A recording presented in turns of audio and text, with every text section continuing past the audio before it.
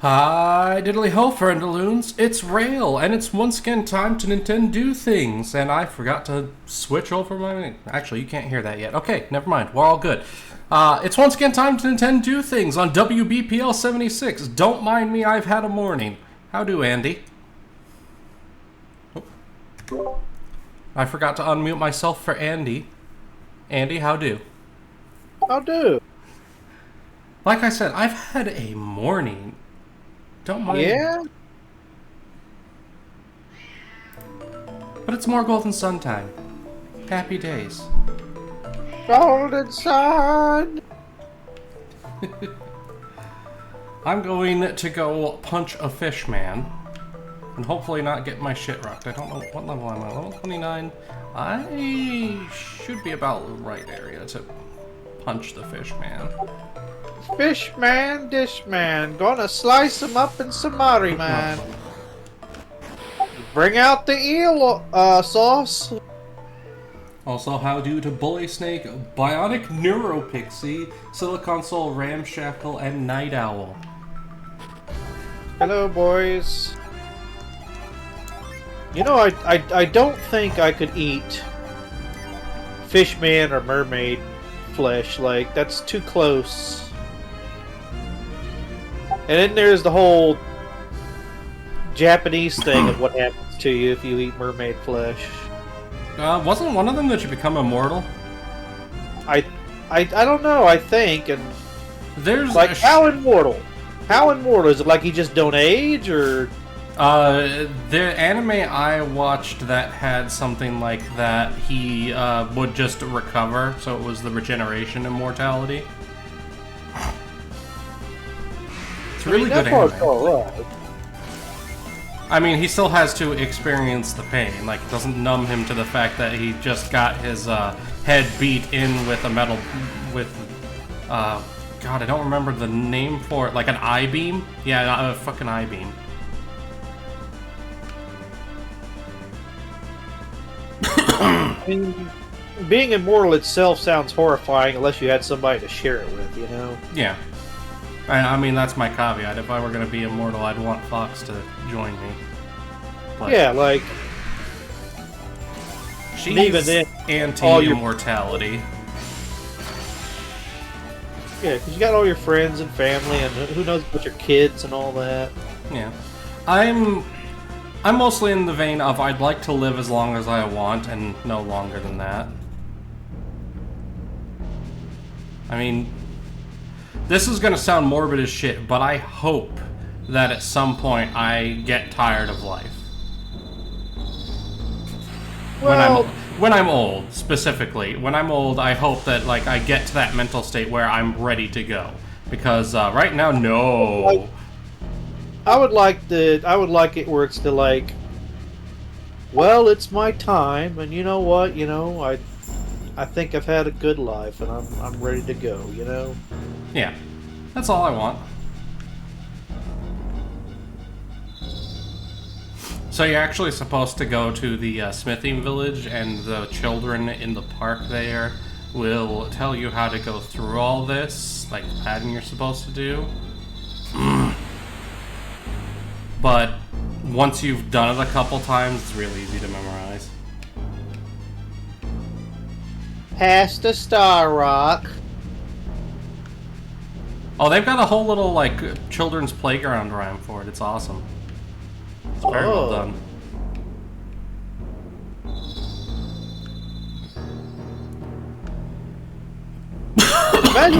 Imagine like a pirate captain built a playground to remind him how to get to his secret treasure, but he never gets to it. And later on, it was a bard who we know actually made it to Lemuria at least once. yeah.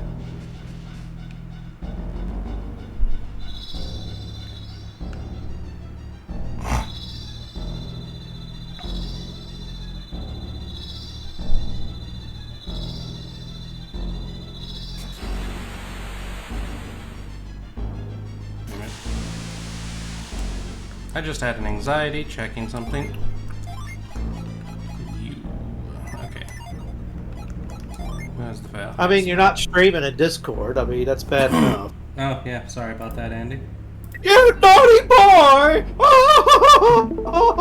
Whatever will you do? I'm gonna spank you with this fly swatter. No. Cease. Okay, we made it to the moon. That'll teach you to bounce against the windows. Moon.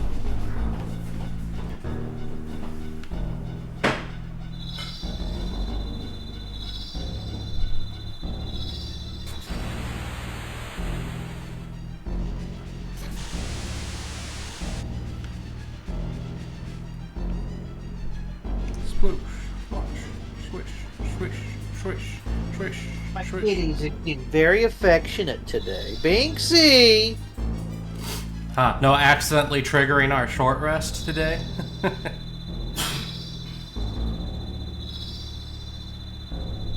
You're what? No accidentally triggering our short rest today by stepping on your keyboard? Oh, is that what happened? That was Tiger. Tiger likes to step on a keyboard. Binksy is better than that. Binksy rarely comes in here. She usually keeps to herself, but every once in a while she like, I want to play. Adorable. I wouldn't want to fight Poseidon from the stuff that he's able to do. I don't like that. We shall use the trident. I might as well Astro Blast. I got a bag of hair. What? And no, save PP for cutting it for more backup wish.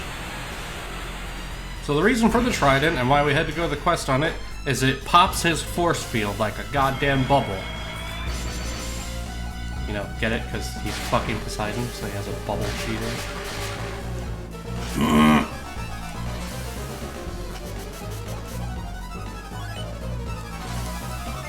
And now, ninja time.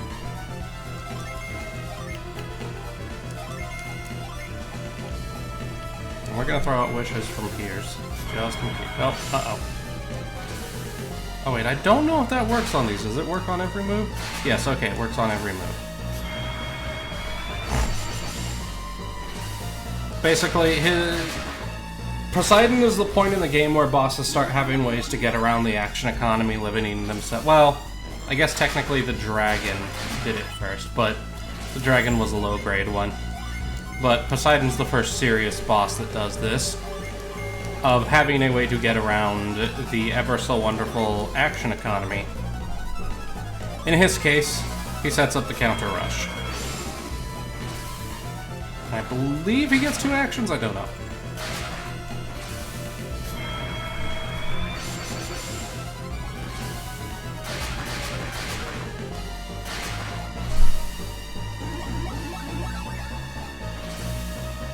Yes, he gets 2 actions. So right now what he's been doing is he gets an action at the beginning of the turn, sets up his counter rush, gets counter attacks whenever I hit him, and then it uses his actual move. But that's good. We want him to be doing that and not using Watery Grave. Watery Grave is his big move, and what that does is it has a percent chance to auto kill, and it's a full party. Oh. So what kind of quote unquote like? Oh God! No one got auto killed. All is well in the world. Oh yeah, remember that idea we were talking about, like Pokemon in like Stardew Valley? Yeah. I think there's a game that's like that coming out on Steam. Let me see if I can find it. I swear I've heard of what you're talking about, but I don't remember what it is.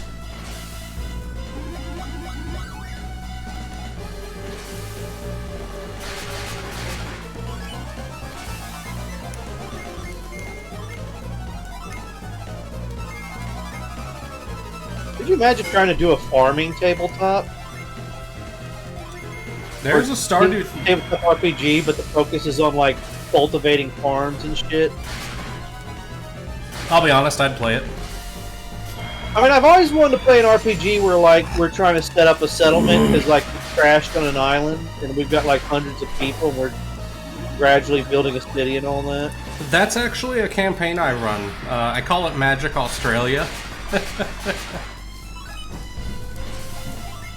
You know, I was kind of thinking the size of my like island, like Australia size or something.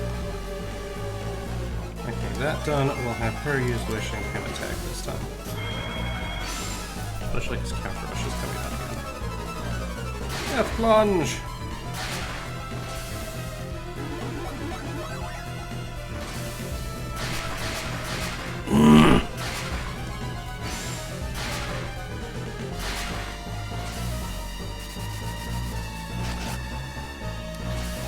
Good.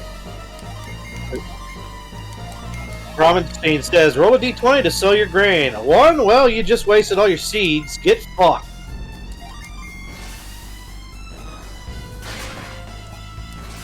Joke's on you, I'm gonna set up keyhole gardens.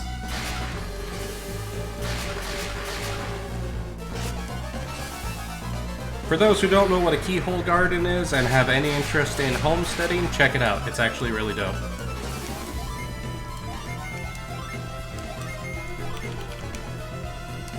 Just in case, make Not sure, but I think Steam is slow today. Steam could be slow. I feel like a lot of parts of the internet have been having a lot of issues lately. It's the sun! The sun! Well, there was the other day when, like, most of the internet was having trouble and going down. I think that was because of a Google Cloud thing. So maybe something's going down at Google, who knows?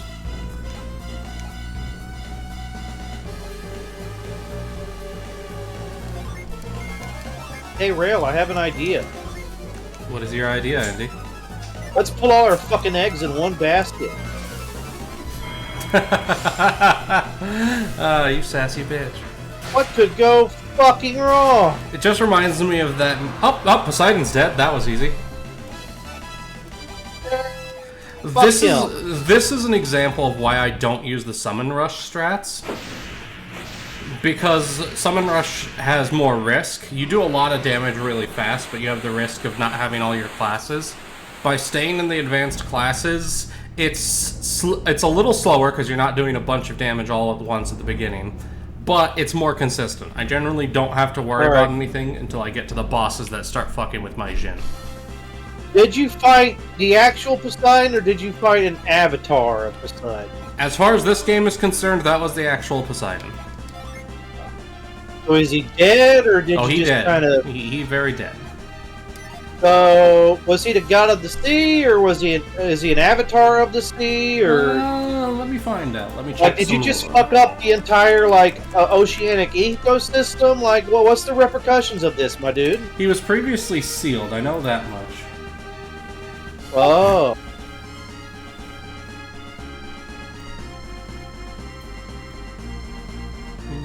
Let's see...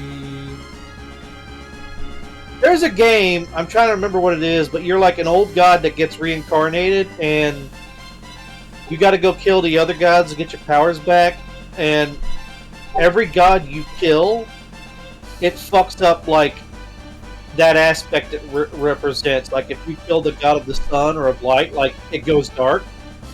If you kill the god of water, like, water goes pale and just stagnant. Yeah.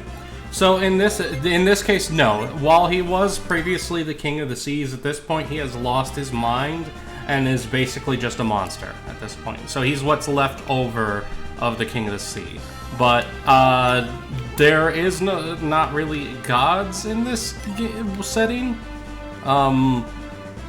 Alchemy is like the creative force in the world. That's why stuff started going wacky with nature once the lighthouses were lit. Like, it's not shown, like, very well in the game, but until later on in the game. But, when Mercury Lighthouse was lit, the whole northern half, like, everything above this line started getting wrapped up in a massive snowstorm, which is slowly expanding. I mean, we saw what happened. This continent, this whole continent, and this one, both of these used to be more over here. They got all scrunched together when the Venus Lighthouse was lit, Just because the ground started shifting, tectonic plates started moving in weird ways. And right now the elements are out of balance, so shit's getting wacky. And we're about to find out what's going down with all of the elemental shenanigans as soon as we get through all of Lemuria's lore. This is going to be a lot of text. Prepare yourselves. Gotta remember where everything is. We can't go there until we get the next synergy.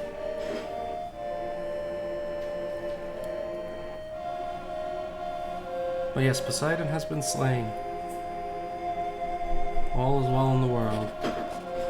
We're about to enter the deep lore. This is one of the few times that we can actually wander around the ship. And we need to because there was loot we couldn't get the first time. And I actually don't think we'll be able to again if we miss it here, so... Leave this room. Nope, not this one. Hey, damn it.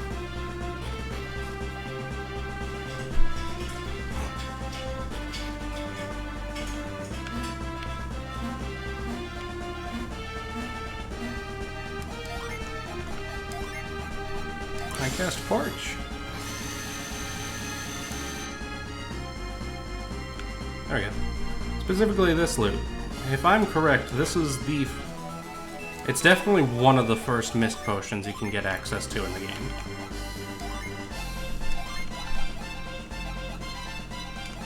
Oh, there we go. Looks like second.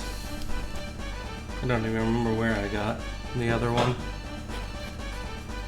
So, Yeah. Oh, I'm looking at... Go ahead.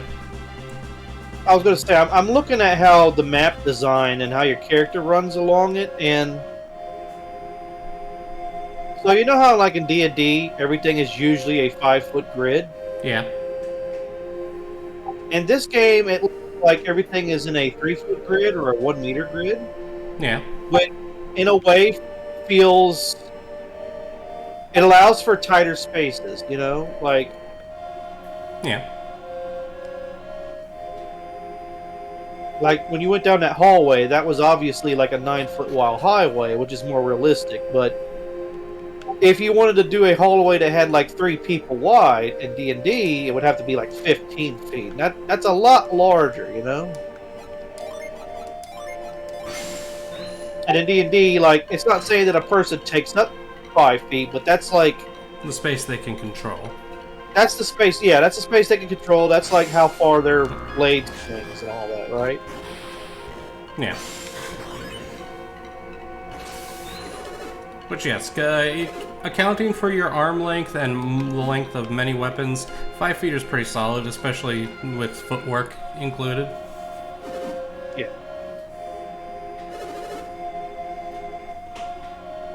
Are you the one who defeated Poseidon? Yeah. The better way to think of Poseidon is less as, like, the god of the sea who's the reason the sea does what it does, and more as the god of the sea in that he rules over it. But not that it won't continue without him. Yeah, yeah. Fox in the background, Yeah, God with a little G.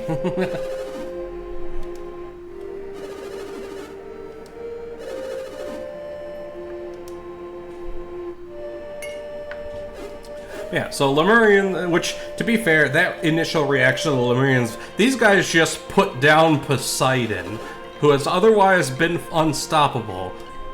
Do we really want to let them into our city?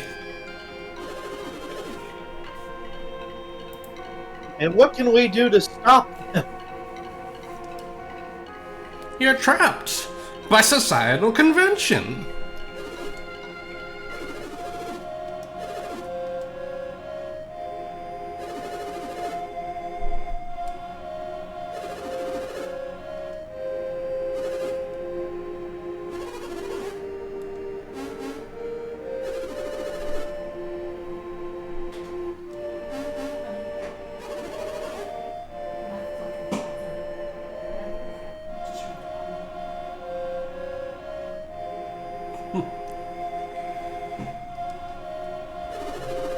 where the big reveal for what's going on with Lemuria.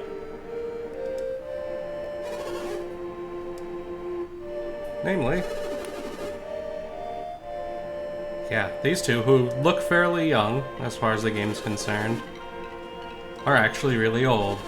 Because time is slow in Lemuria. So the years pass by, but they age slowly. This is brought up in the first game. They have a source of water that is called the Lemurian Drought that slows the aging process.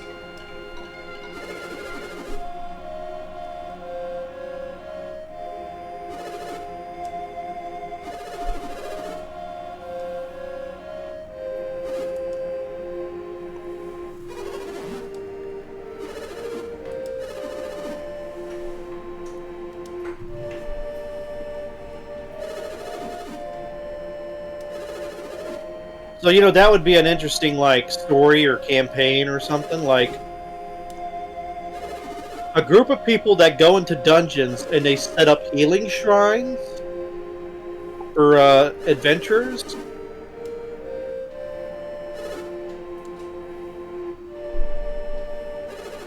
Like adventurer infrastructure team. Yeah, like, you know how there's, like, in a lot of isekai and stuff, there's, like, there's always an adventurers guild that, like, basically, you know, has their whole system. Like, there's an offshoot of that where, like, in dungeons, like, the kingdom or somebody, they'll send in, like, a party with a cleric and maybe, like, some sort of masonist or something to build, like, a healing water shrine, you know, like a safe room or something, or at least a shrine of healing water. Yeah. So there's actually something kind of like that in my RPG Finder's Fee. There's not so much dungeons, but there is like exploring the world and ruins and such. And the Finder's Guild is essentially the Adventurers Guild. And they do stuff like that. They actually have essentially monasteries scattered throughout the world. And most countries don't mess with them. The reason for that being that they have... they're the ones who figured out the Sanctuary spell, which is what allows humans to set up safe places to live. Without that, you are subject to all kinds of magical bullshit trying to assault your city constantly. Or even just your town. It straight up like before that spell was figured out, there was no safe place.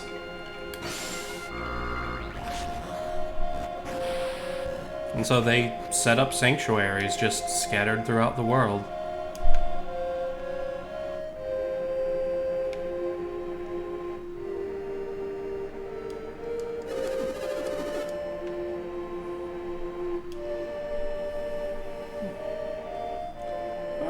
It's Lemuria time. We are going to need Mind Read and Reveal on tap.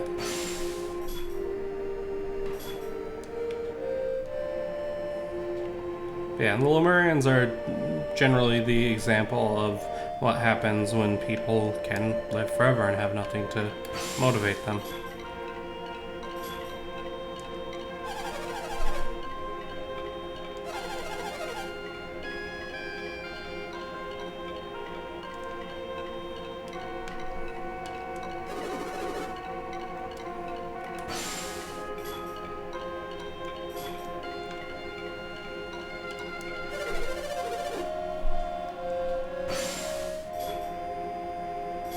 I think that's an interesting, like... One of the random things I would like to have in, like, a space exploration game is, like, finding automated utopian planets where, like,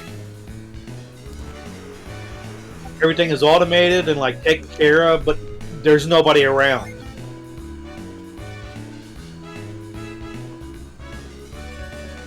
Like, it could be the builders got tired, got bored, and left, or... Not that.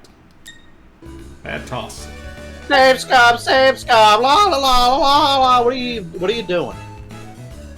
So what it is when we throw lucky medals into this emptied pond, we can get rewards based off of where it lands.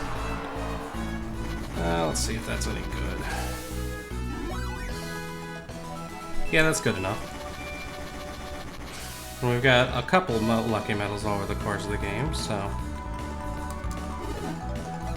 Specifically, we've got 10 more.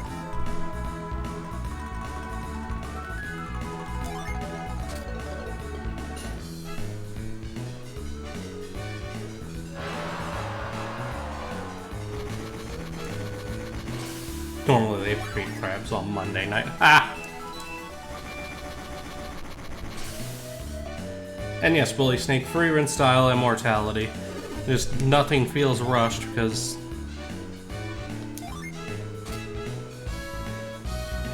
Oh, yay!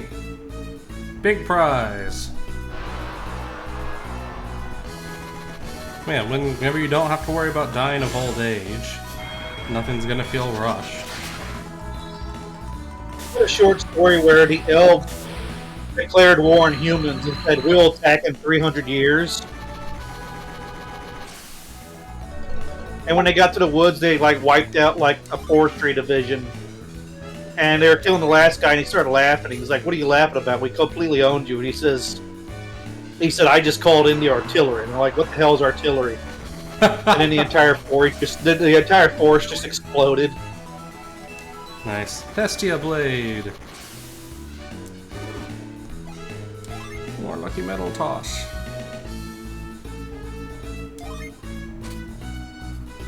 Yeah.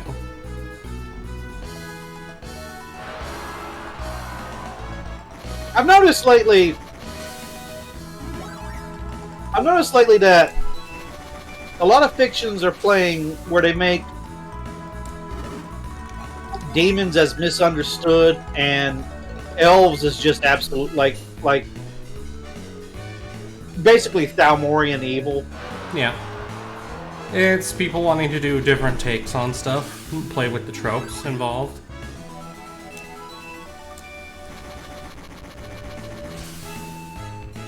There's valid stuff from both sides of that. I do love the free interpretation of demons are just predators and I'm here to slay them. Yas, slay bitch. Like I fucking love free runs, like sticking to the classic tropes while also doing like interesting things with it. Nope, not gold. I guess I'm too traditional, especially with my belief system. It's like there's more to being a demon than just a race of something. A demon is like, it's kind of like when you become a Sith. It's like this is what happens when you actively decide to go down the dark path and against all that's good.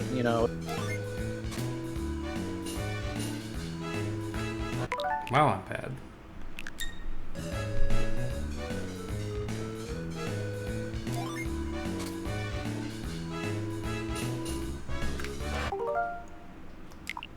Yeah, you know what? Let's see what we get from it. All the way out here. The fireman's pole. I thought they said fisherman's pole. I already got the big thing I wanted out of this, which was the Eclipse Summon. Oh boy, fishing minigames. I love fishing minigames. No game is complete without a fishing minigame, Andy. Don't you know that?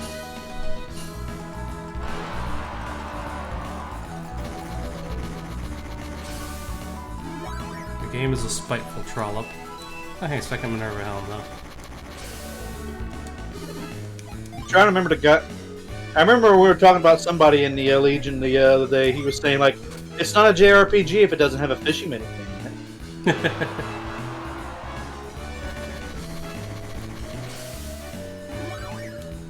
I think most Final Fantasy games don't have one. 6 actually had one. It was just very short.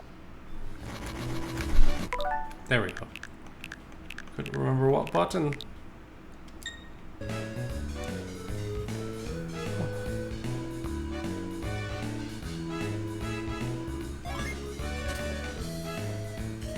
Oh, thread the needle.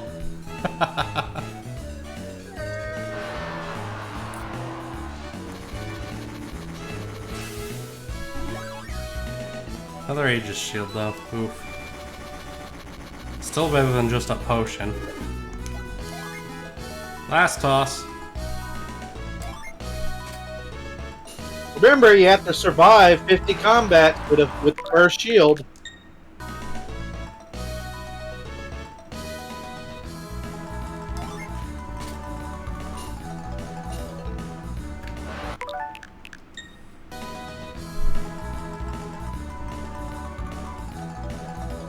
It's a good thing I'm not capable of feeling bad about this.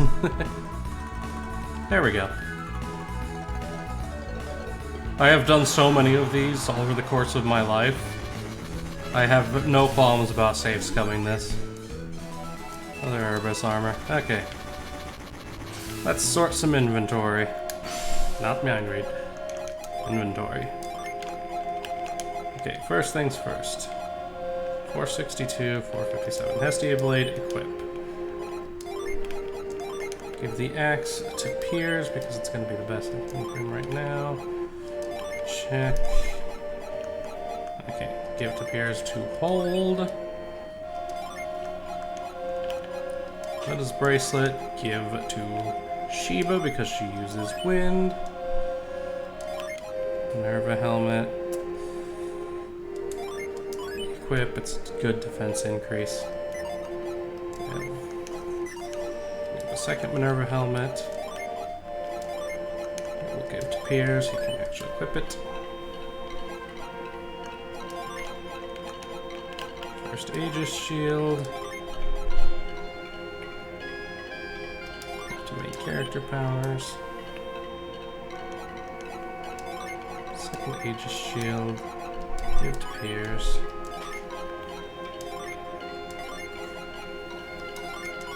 Armor. I built a sword that's only enchanted on the days that are divisible by 3. You're a monster. Okay. Last but not least, the Fireman's Rod. I also have a sword that only works on days with 3 vowels and on months with 2 vowels.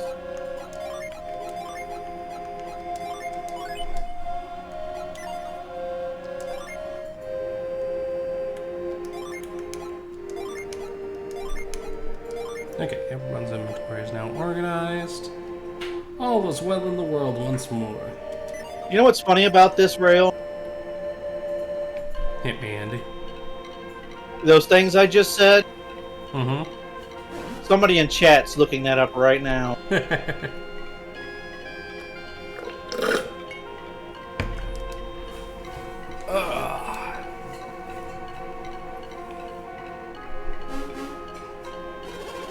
Sooner or later, I need to stop being lazy and think of an actual scientific name for the African kamikaze squirrel.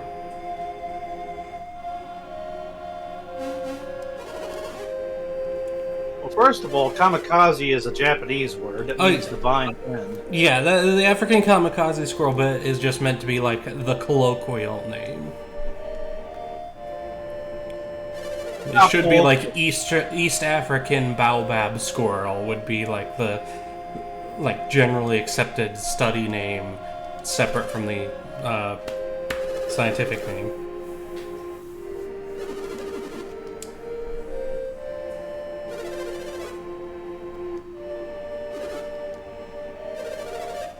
Do you have squirrels in Africa?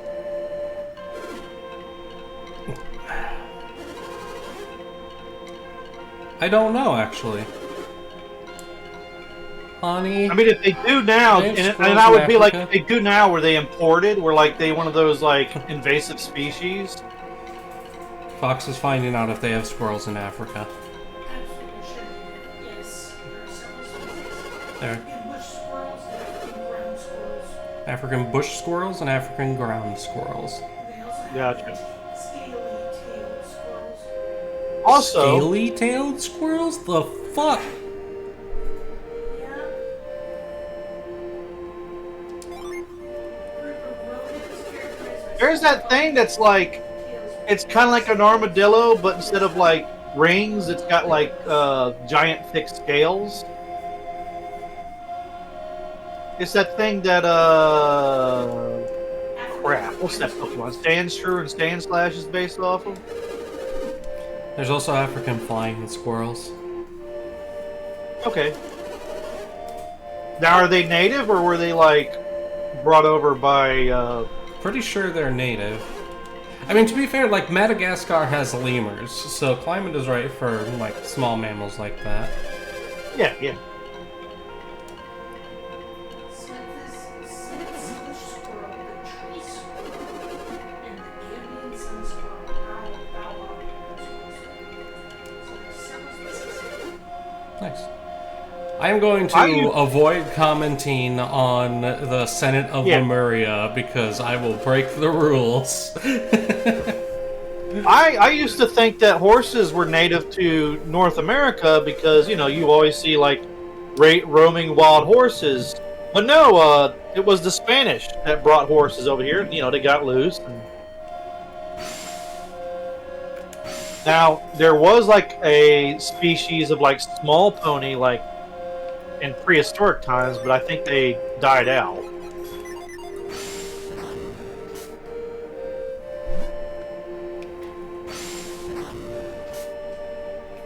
But we do have the North American buffalo, or bison, as some people call it. Yes. And last I heard, they're recovering pretty well. Hunt, was it a buffalo that we saw that was at the ranch near us? Yeah, we were driving to our local DMV and happened to pass a ranch, and they had a goddamn buffalo. I was like, that's a fucking buffalo! It's not something you see every day. Just driving to the DMV.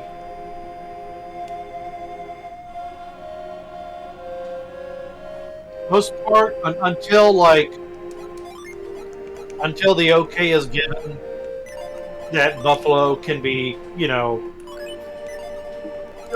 safely hunted. I wouldn't want to, but I would still like to try, you know, buffalo steak or something like that. Yeah. I mean, I'm sure you can probably still find it somewhere, some places. Cow, let me read your mind.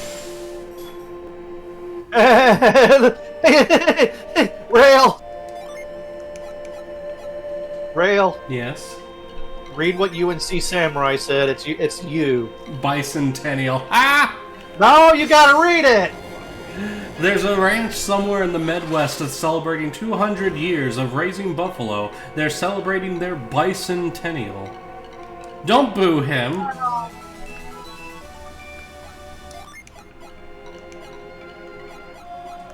know what I love? Yes. I love conservationalism. And what I mean by that is, like, I love people taking care of the earth, like taking care of nature, you know, like... Yeah.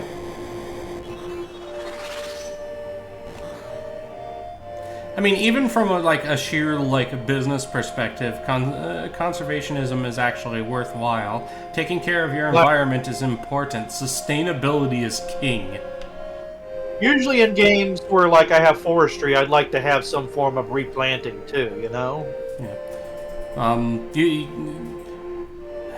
I'm going to quickly summarize this and not get into the weeds, but I am of the opinion that a large part of the problem with our modern economics is that so many people are taught that the only thing that matters is that line go up.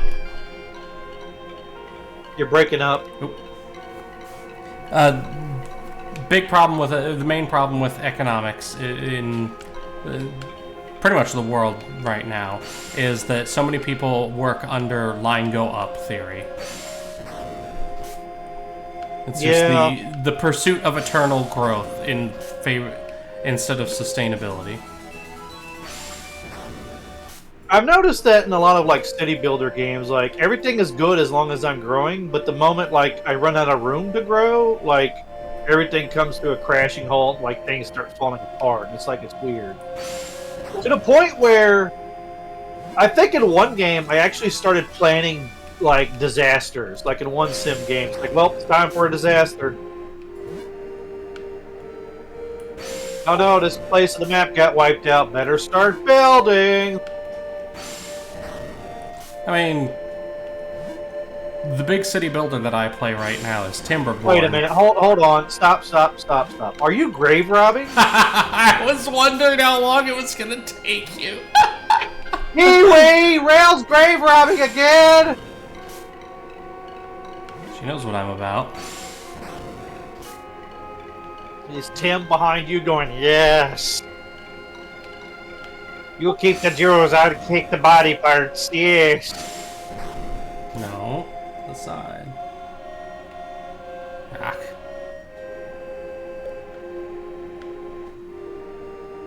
I mean, Mercury Alpha, I miss a large part of WBPLW, just because Sunday evenings I tend to be doing other stuff, and it makes it hard to watch stream. But I do try to catch it when I do, and one of the most recent ones was the debut of the whatever the Uwu stable is, the one that that Beeple Chan is part of, like that stable. The first match after the stable was announced was, I don't remember who, but versus me. And my character is me, but as a wrestler and as the Pundertaker. And I won, which was very happy for me because I am also a massive weeb. So whenever a weeb stable was created and I wasn't included in it, I took that personally. So after I won the match, I showed up in chat and it was like, I am the one who ooh-woos.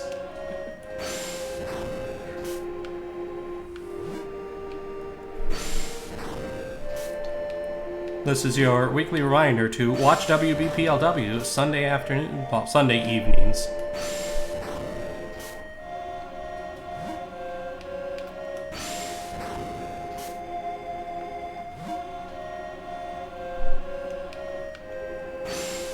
It is one of our best shows, if not flat out our best.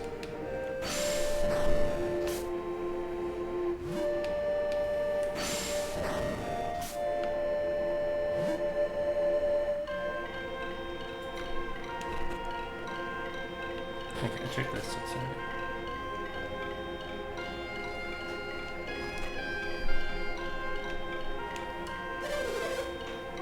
There we go. I was talking to this guy. Behold, this man has a pigeon. Still better than a seagull.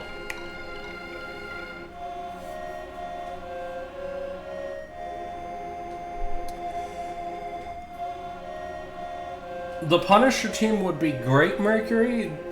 Me, Will, I need to get Fox to talk to Halzakar to make a Fox character for WBPLW.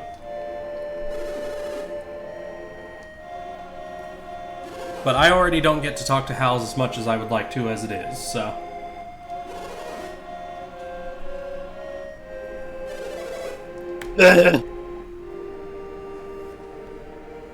Rale, I have an opinion. Yes, Andy? Sonic's ice is the best ice.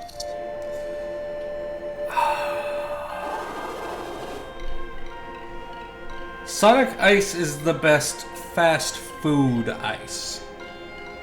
The best ice is the ice you make at home, because then you can get the ice cube tray that is appropriate to your preferences. So, what I've been doing at home, actually, is... I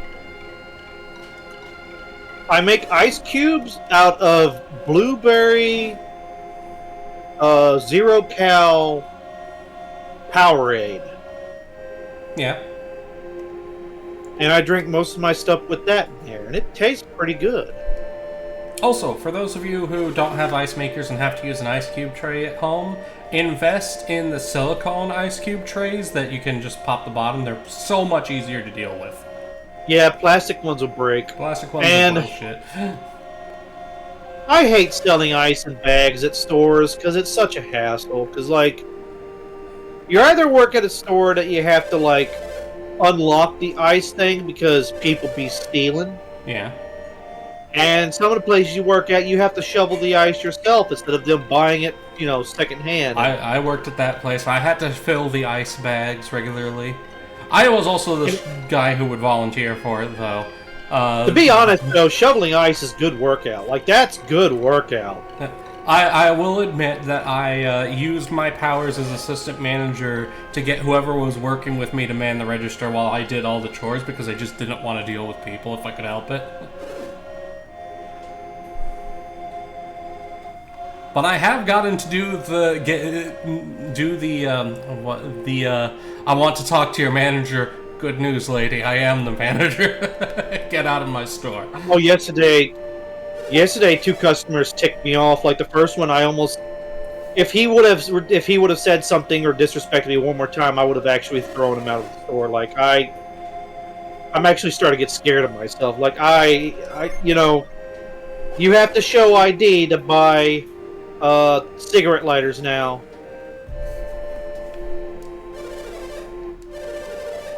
And this old man was really upset with it. And I got his card and I scanned it and I couldn't scan it because he didn't have a barcode on the back. And so I asked if I could have his date of birth instead. And he just kept throwing a fit, and I almost said, like, get the hell out of my store. Yeah. Like, I was going to take all of his stuff, just kick it to the side and say, get out of my store, get out. But I didn't. And the thing is he apologized afterward, and I think he realized, I wonder if my face was turning red. I mean, so I'm perfectly fine if they realize and apologize. Sometimes the moment just catches people and they don't think about what they say. I've done that before. So I'm in no place to judge. I try not to be a dick to people, but sometimes you're in a shitty mood and today has been awful and you accidentally go off on someone who didn't deserve it. Apologize for that shit. That's all I ask. Is be cognizant of the fact that, oh shit, I'm sorry, I did not mean to be a dick. Yeah. Problem is I was brought up with there's no excuse for that. You never start talking like that to someone else. How dare you? Ah. But anyway, someone let a bird in. That means someone's gonna die. No, it's his trained bird. It was already there. It was sitting on the desk the whole time. I talked about it. Now it was just through the window.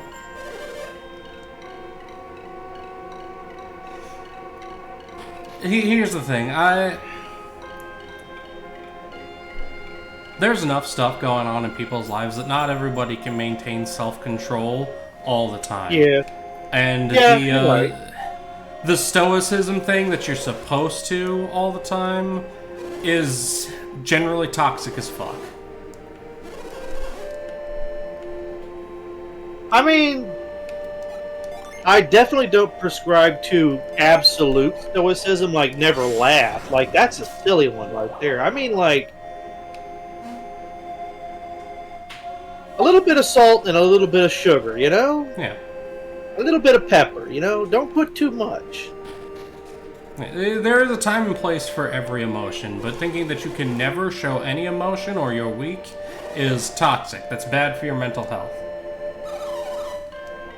And it's bad to expect that of other people. In fact, I'd almost say it's worse to expect that of other people.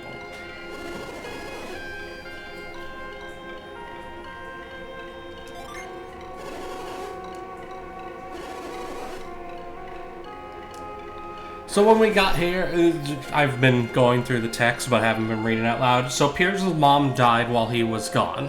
What happened is when Venus Lighthouse was lit, Poseidon awoke, caused a tidal wave, and Pierce was washed out to sea with his boat, and wasn't able to get back. In the time that Pierce has been gone, his mother passed away.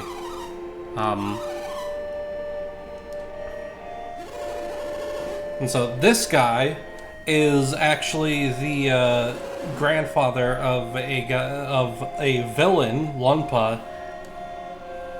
Oh no, Dodonpa in the first game, who we kicked the pants off. Well, usually kick the pants off of. I didn't play Golden Sun on this game. Whenever we played it on the other stream, though, I did actually go back and beat Dodonpa.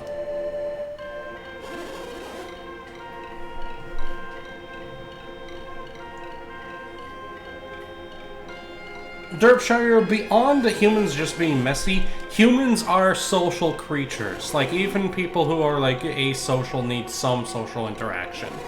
We are built to be able to share things with each other.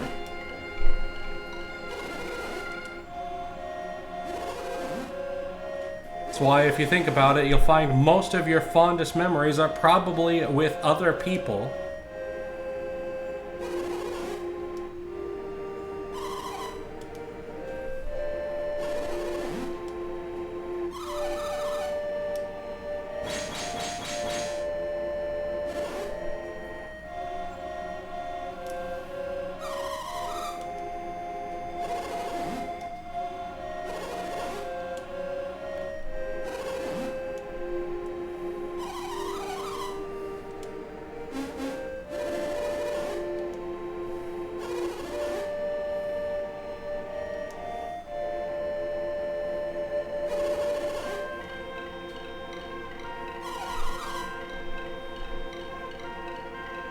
Oh, yeah, it should be noted, Lunpa here was a noble thief, Robin Hood character, and he's upset that his grandson is a dirty thief. An extortionist.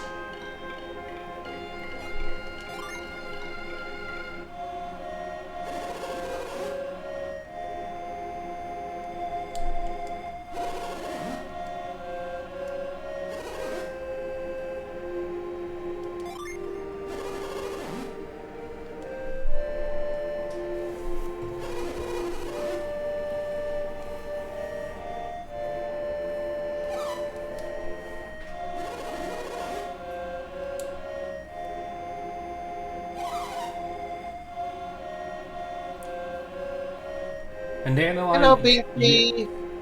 Oop. Sorry, Binksy came and rested on my belly. Ah, the cat.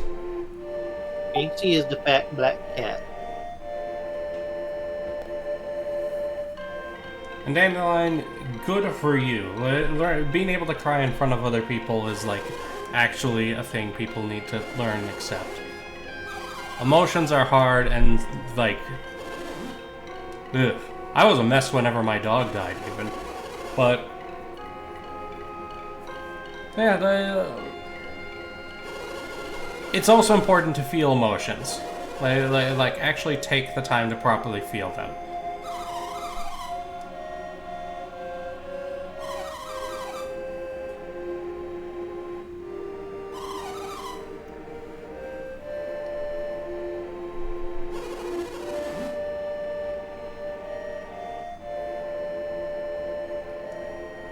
I love you, cat, but don't come up in here, sit on me, and leave a damn dingleberry on me. What the hell's the matter with you? And yes, Logic Nullifier, we are not machines, we are stronger together than we are alone.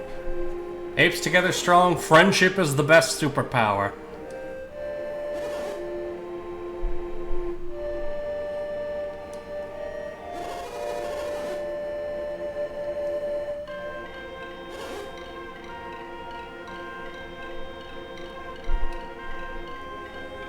My cats have been less snuggly since the move, unfortunately, Mercury. Oh, they gotta get used to it. They're also both getting very old. They are both 15 years old. Like, they're old cats. Oh, God. Yeah. Like, the only time Oreo will get off our bed is when she wants to eat or go to the bathroom or is trying to find us to beg for food or water, even though they are already available downstairs. We do have their food and water downstairs right now to keep them somewhat active, in that they have to actually go up and down the stairs, also to get them just used to the stairs too. And they're doing fine with that. If it gets to the point that they can't actually make it up and down the stairs, we will move food and water upstairs. But for now, it's a little bit extra activity for them to keep them a bit more mobile. So, I've noticed this, and I'm only saying this as a suggestion. It might be time to get, like, a kitten to introduce for them to kind of, like, get them to... my lease only allows 2 pets, and so I'm locked out of more pets until such a time as one of them passes away, at least. Oh, okay. When that happens, I'm getting another dog. I was saying that because, like, I've noticed, like, when animals get old and they start getting depressed, like, when you introduce to them, like, a puppy or a kitten, they get kind of like, oh, you know, not only someone to play with, but someone to, like, take care of and all that, you know? Kind of like those movies where, like, the old grizzled mercenary is, like, living alone and desperate, and then they find, like, the kid or the baby, and they start taking care of it, and they feel better. It was actually a plan when we still had Bram that once we were able to get a bigger place, we were going to see about getting another dog to play with him. To give him more interactivity. Somebody came in the other day with 2 black puppies. It was like, does anybody want any puppies? And, like, internally I was like, yes! But externally I was like, oh, no, I don't have the money, and I don't have a yard. You know, they'd have to stay inside, you know. So I am not big on having dogs sleep out in the yard. Part of that is I am a corgi person specifically, and corgis are one of the most stolen breeds of dogs, so leaving them out in the yard by themselves isn't safe to begin with. Well, I mean, I don't have a fenced yard. Like, Yeah. he could run off, and there's already enough dogs running around wild out here. And also we have coyotes, and I lost a cat to coyotes, so no. Yeah. Yeah, no, I'm not an outside pet in general. My cats are both indoor cats entirely. I want my cats to be able to go outside and enjoy. Like, I feel like they should be able to run. But 1, they're not fixed, and 2, fucking coyotes. Yeah, no, coyotes are assholes. And the neighbor's dogs just run around free, which Yeah. I don't know if they'll tear the cats apart, but to be honest, they probably would. One of them would, I think. You don't want to take the risk, and it's not worth it, so... Like, I wish at least, like, the front porch was, like, sealed off. Like a big mesh, you know what I mean? Yeah. Because when it's not blistering hot, I have the front door open that's got a screen, and they sit by it, and they, like, listen to the birdies chirp. Yeah. Yeah, no, Or they I'm want like... to harass them, like... They'll be like, what the hell is that? Yeah, no, I'll actually, like, open the screen. Like, I'll bring my cats outside to, like, let them wander, but they're not outside alone. And both of them are, you know, not going to go running off.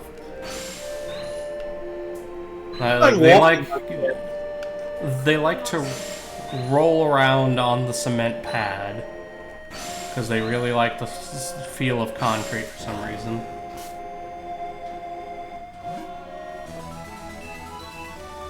Banksy is wrapped around my foot, and I'm rubbing her face with my toesies. Okay, it just didn't make the color spot go away. That was weird. One day I want to do an RP. I want to do a D&D game where I'm like, I'm a dog with, like, I don't know, classes, like levels in fighter or something like that.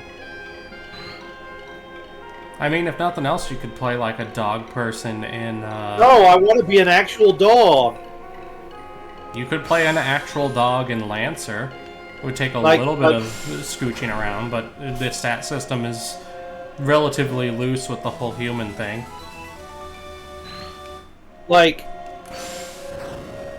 Oh, buddy. I want to be able to, like, I kind of like the Scooby-Doo, but I actually don't talk, you know? Scooby Dooby Doo. And I don't have to be a Great Dane. I can be like a Corgi or a Bulldog or something. A Mog. It's been so long since I've actually bothered to watch Spaceballs.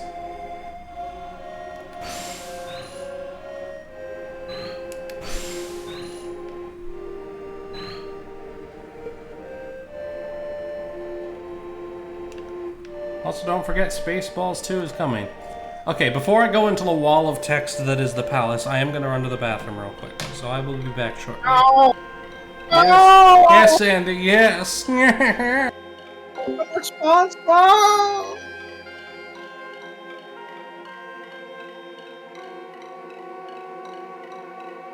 Skateboarding dog-themed RPG, like... I'm just thinking of now the PBS Clifford the Dog cartoon and Rocket Team mixed together. Like,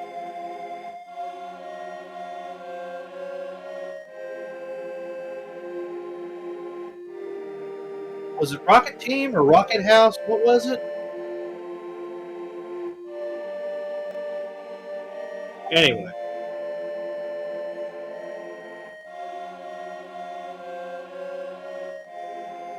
I actually made a slight system that was like 1920s detective comic based. Like, the classes were TV news reporter, detective, goon, boozer, yippy dog, and newspaper boy. And basically their powers were like yippy dog could bark and distract an enemy. Like, if he barked, an enemy would like lose an action. Goon was basically like, combat oriented. Detective and newspaper reporter were both like perspective oriented, but I guess one was more combat oriented and the other one was more I don't know, maybe even more perspective. And newspaper boy Boozer was like fail upwards. I return. And what was newspaper boy? Okay, I need context. Why are you talking about Newspaper Boy? Oh, I was talking about the like 1920s detective comic RPG I was coming up with a long time ago. Ah. The classes were newspaper reporter, newspaper sales boy, extra, extra, read all about it. Detective, goon, boozer, like the drunk guy that follows the detective around, like, oh boy, oh gosh, and yippy dog sidekick.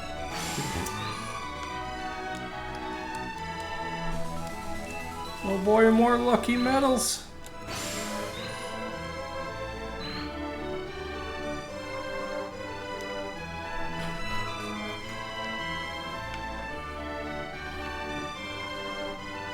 It wouldn't have to be gloomy noir. It wouldn't have to be gloomy noir. You could make it, gloomy if you wanted. But basically, it was very bare bones. Like each like quote unquote class was like maybe one or two powers. Oh, now he's calling us Lord Felix.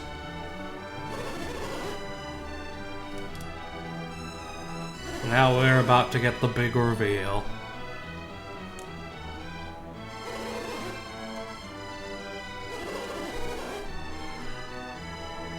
That's it, big samurai.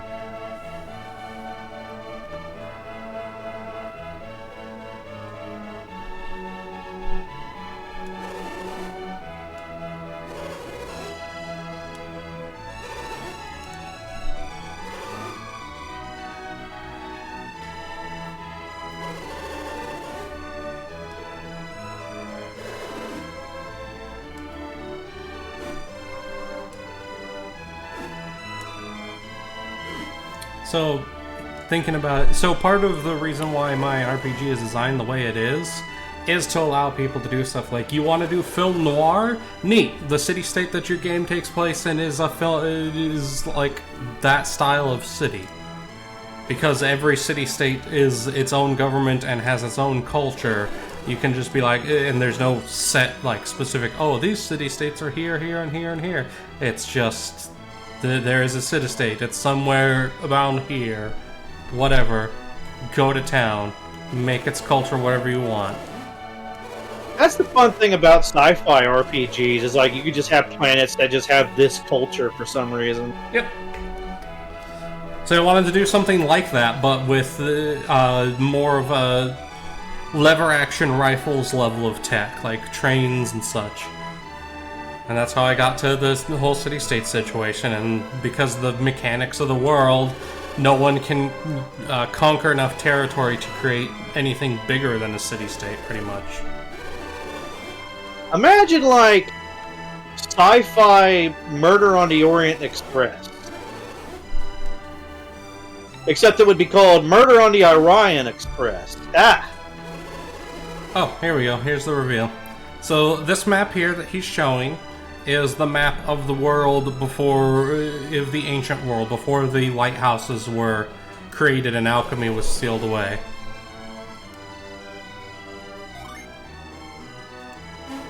And this is the current world map. Or no, this is 150 years ago when Lunpa arrived. Tectonic shift. Yep, and he used the map to sail.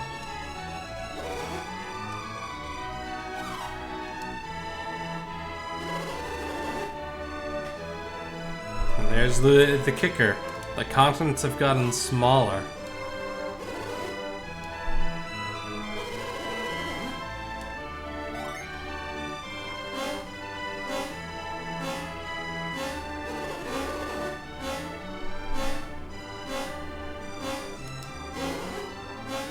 Also moved around a bit.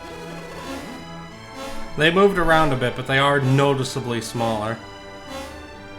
Look at the... I can't really show it off with my mouse or anything, can I? Well, the center of the crescent looks like it moves inland a bit. The tail looks like it moved very far south. Yeah, it moved south and got much smaller. It looks like there's a big bay or lagoon just got chunked out of the lower left-hand side of the map, and like the upper right-hand side kind of broke off a bit more. Yep.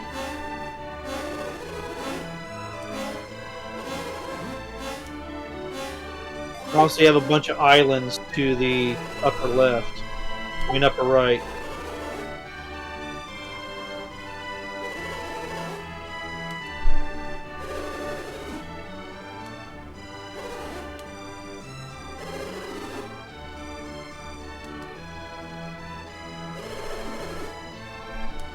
And the world's shrunk even more.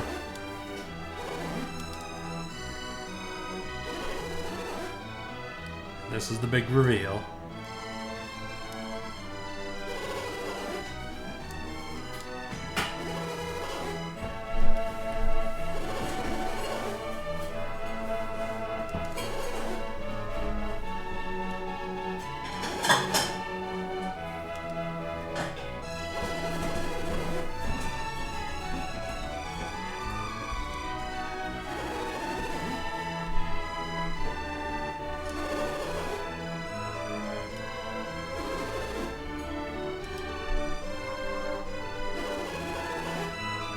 Because alchemy was sealed away and it is in the natural power of the world has been wasting away.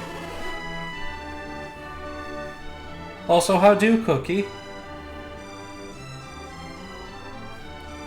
I hope you are having a wonderful day.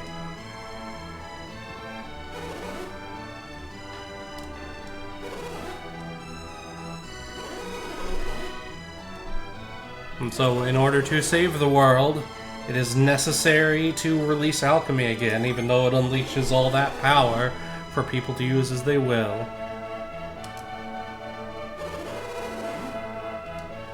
Which means the bad guys were right! Maybe they were right for the wrong reasons. Oh, cookie mosquitoes are the worst. I hate... Mosquitoes with high 90s and 90% humidity is... never again. This is why I will not return to Missouri, if I can help it. I will have to go visit in Missouri, though. My little brother lives there, and I wish to see my niece.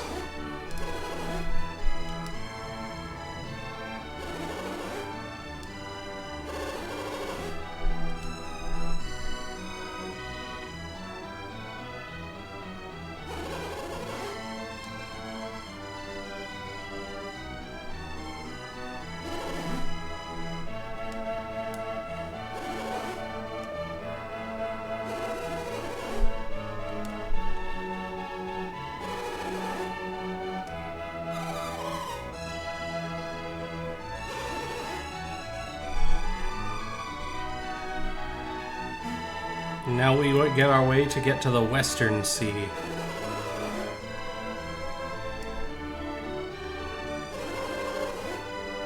When they find out that there's an entire another continent, like, on the other side of the world. There's 2 other continents on the other side of the world.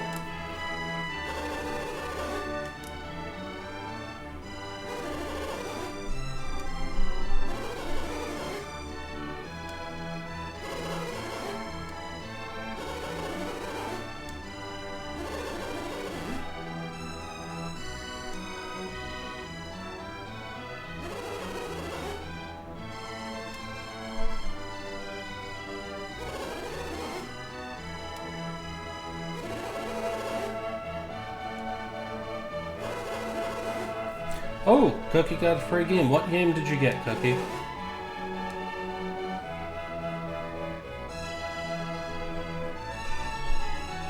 I do not know what TOEM is.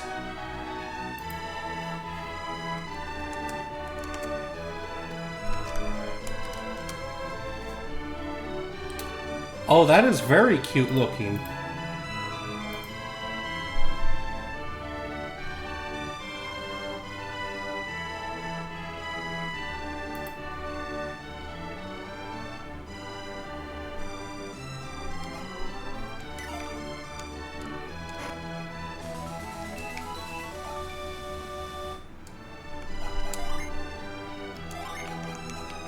First of all, Felix used a hard nut. Ha ha ha. Give the grindstone to Felix and equip it. I like it. While technically anybody can equip the grindstone, I like putting it on Felix because of the lore statements that someone with Earth's energy is supposed to use it.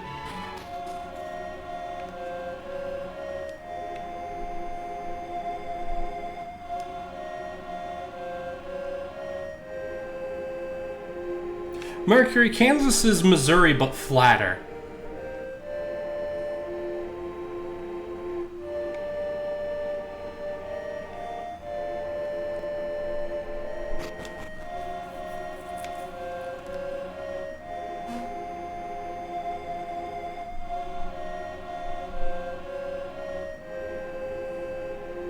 Also, for those who don't know, the Ozarks are the part of Missouri that the rest of Missouri looks at the way everyone who lives outside of Missouri looks at Missouri.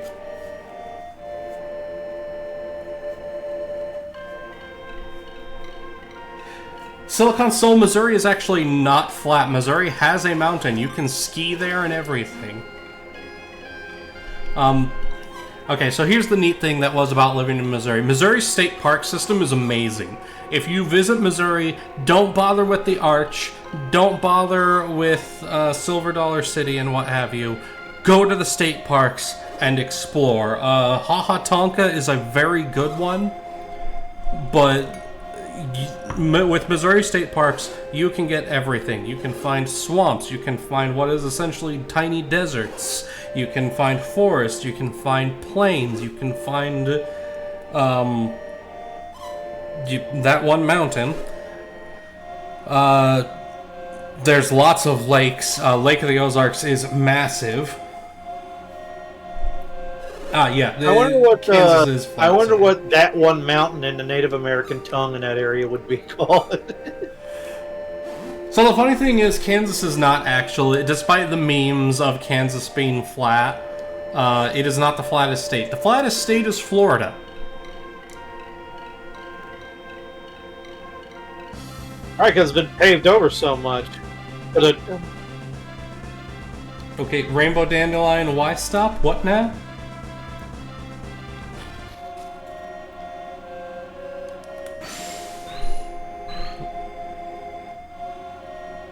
does Rainbow Dandelion know a secret? If you're talking about this, you can't. I wasn't piloting. Oh, you live in.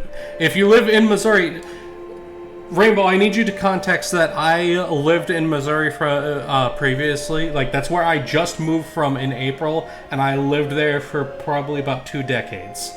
So my sass for Missouri is coming from someone who lived there, went to high school there, lived there all through my 20s, and I still have family who lives there. I mean, it could be worse. You could live in Mississippi.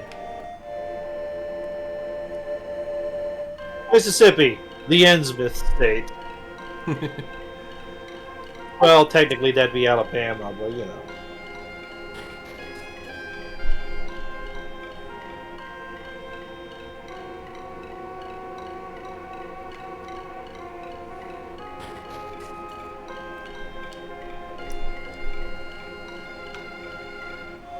So, Rainbow, I'm going to tell you my opinions real quick. Specifically when it comes to traffic, because that's the biggest thing that most people need to know about when driving through Kansas City. Kansas City has bad traffic because the urban design of Kansas City is awful. Whoever did it apparently likes maze games, but specifically the maze games where there's no actual solution. That kind of dickery.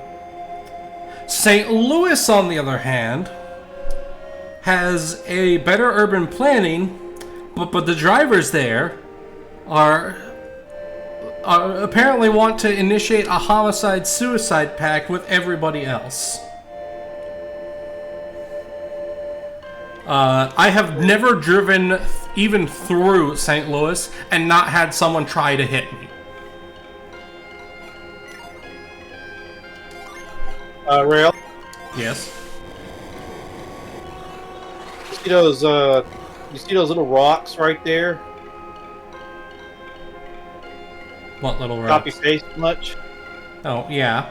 It's a tile set. This was on the Game Boy Advanced, Andy. What do you expect from them? Yeah, advanced right out of my asshole.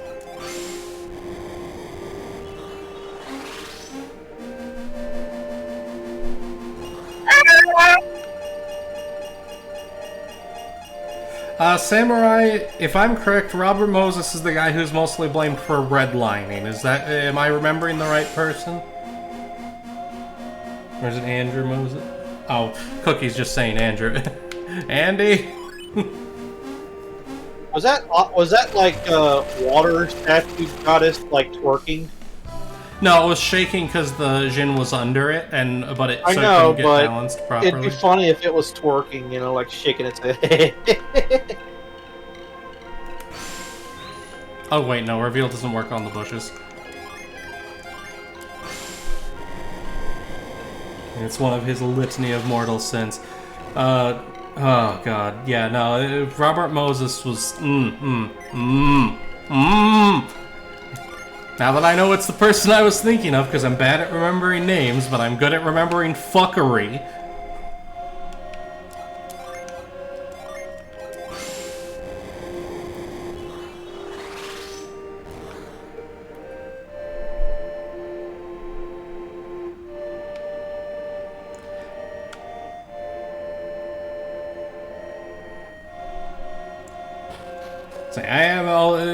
Samurai is correct. If we talk too much about Robert Moses, we are going to get into Chumbawamba. So we are going to say that he was an urban designer who did a lot of stupid crap and move away from the subject.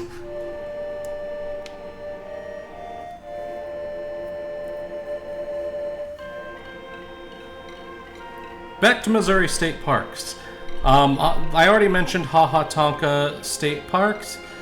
If you are down for some somewhat strenuous, not like, oh my god, I'm gonna walk for 10 miles with like 2,000 feet of elevation change. I'm throwing random numbers at the board, please don't quote me. Not that kind, but Indian Rocks is also really neat. There's an Indian burial site there.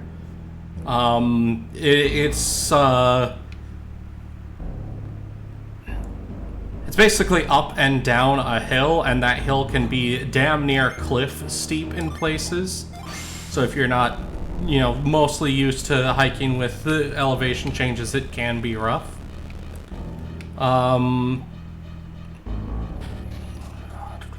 Let's see, what else? I have to make sure I get the name. I think it's St. Joseph. Yes, St. Joseph, Missouri. If you get the chance, check out Krug Park. They actually also have buffalo, calling back to that. Krug Park? Krug Park, Krug, in Krug St. Joseph, Park? Missouri. Did they unearth a caveman, and did he take like I don't know, like conservation as science, and then become like a pioneer? And I have no idea where the name came from, Andy. I just know the park because I've been there. It's really neat. They've got like an old castle building and then a little alcove that has buffalo and a very nice duck pond. after Krug was thawed out, he took classes in forestry and started exploring the northwestern part of the United States. If you go to Columbia, Missouri, check out the Grindstone Nature Area. It's got a lot of good stuff. Grindstone or Grimestone? Grindstone. One word, but spelled that way. 'Cause I thought you said Grindstone. I'm like, Grindstone? This is the famous stone that's covered in all sorts of grime. It's got 37 different species of lichen on it. It said if you kiss it, you'll die. Let me think. There's also one near Trenton, Missouri that's really good. What is that state park? Crowder State Park. Crowder State Park near Trenton, Missouri. It's in northern Missouri. It's very nice. Specifically, if you figure out when redbud season is and go there during that, they have a lot of redbud trees and it's very beautiful.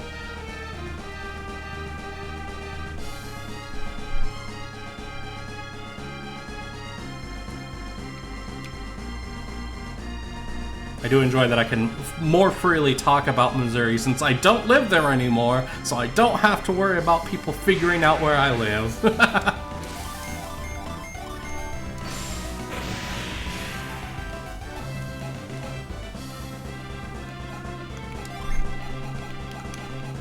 Right, that was a sea urchin, but it wasn't like a sea urchin. It was a sea boy that was like abandoned by his parents. Oh!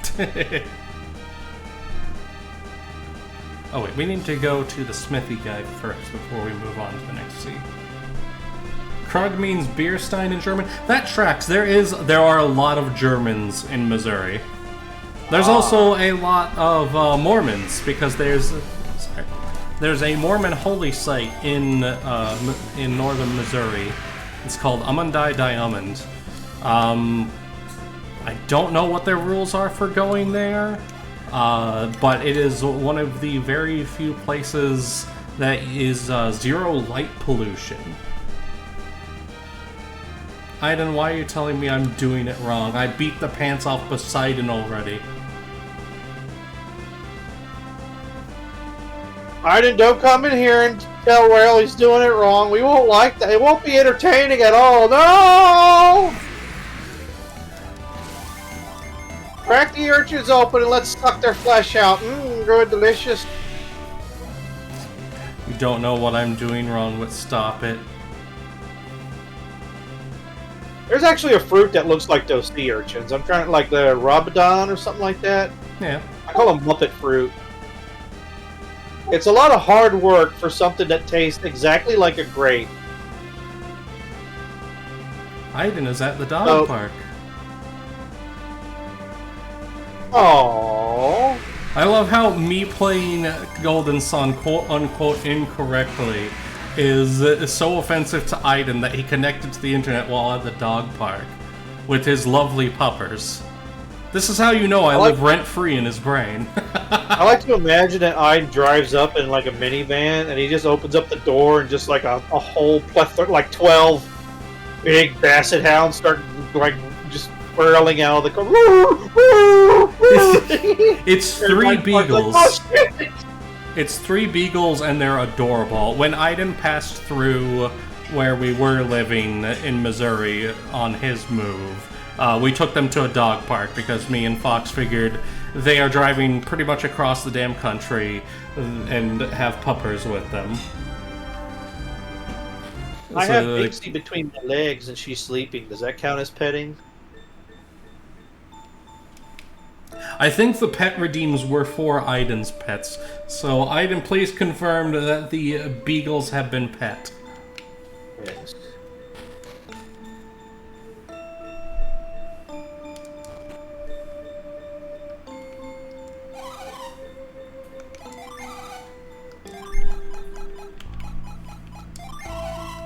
Rale, Yes? did either of your grandparents or grandfathers have a fear of dogs? I wouldn't know. I never knew. Of my grandparents, I met my grandma and grandpa on my mom's side one time, and it was like a 3-hour visit. And other than that, I never met any of them. The reason I ask is because sometimes, I don't know if it's like a down here thing, or sometimes I notice that, like, older men just, I guess they'd be in their 80s and, like, really old now, but, like, men from a certain era just absolutely, they hated and were afraid of dogs. And I guess it was because back then they'd, like, So, roaming dogs were dangerous, like... So it really depends on culture and where you're from. I had a neighbor where I previously lived who was terrified of dogs because she was from India and packs of roaming wild dogs would attack people. She'd seen people get attacked, so she was terrified of them. To her credit, she still let her kids come out and pet Remy. She just wouldn't go anywhere near him. She was a very nice lady.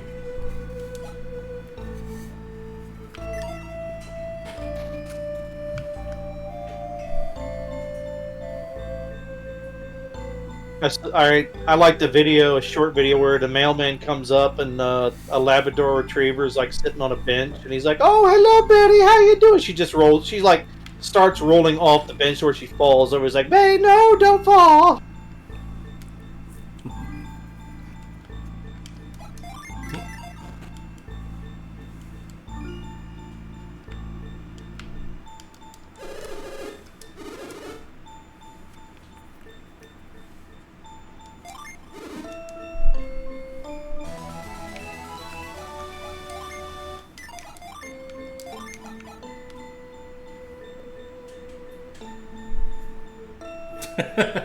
Ivan must go. His people need him. Rale is wrong, man. Up, up, and away.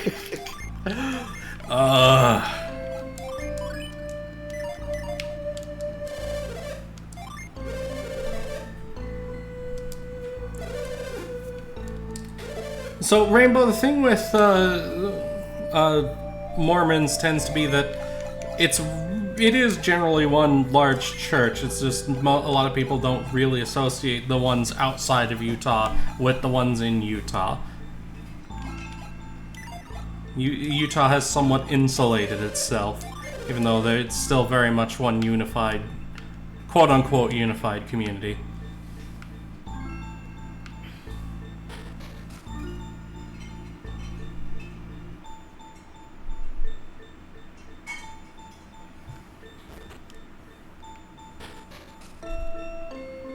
And you don't live in northern Missouri without running into the Mormons.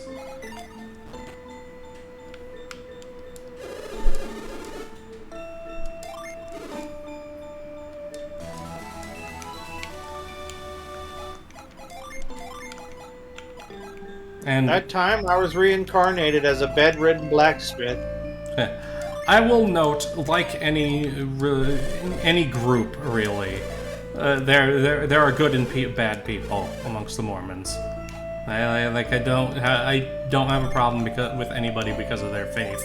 I only have a problem with them if they treat other people badly, regardless if it's because of their faith or just because they're a dick. Usually it's less because of their faith, and it is because they are a dick.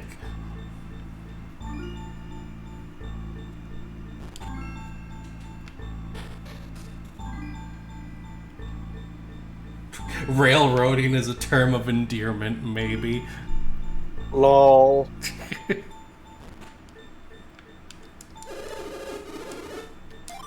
So speaking of railroading, if you like bicycling, there is a I don't remember what it's called.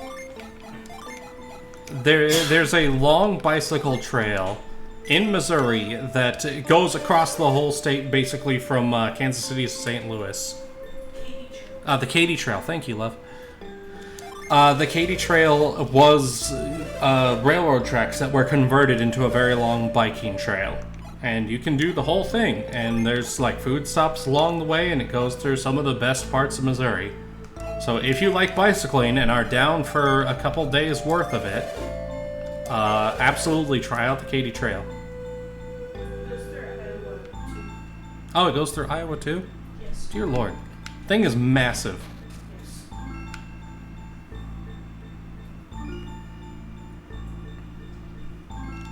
But yeah, if they're not going to use the railroad tracks anymore, that's an excellent use for them, is turning them into bike trails.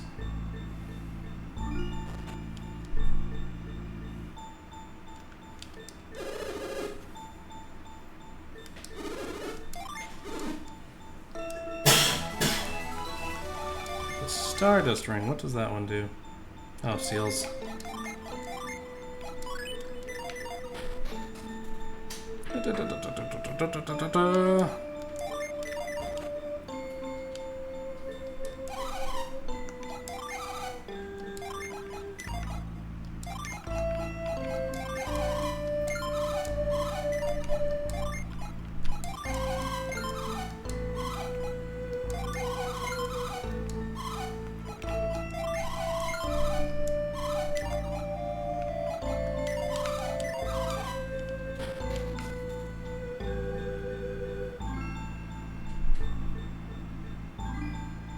And away we go.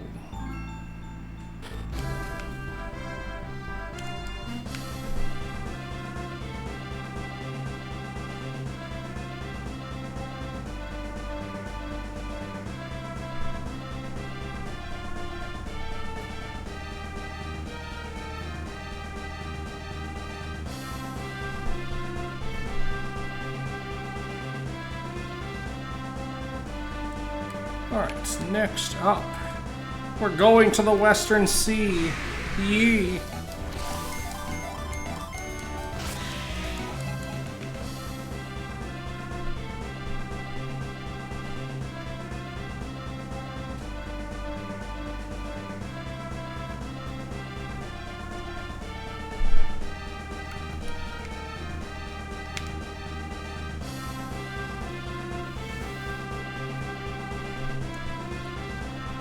Ugh. Oh, Pink Sea. Oh, I just remembered something. Rainbow, I don't remember where Westport is. So probably not somewhere I specifically dealt with.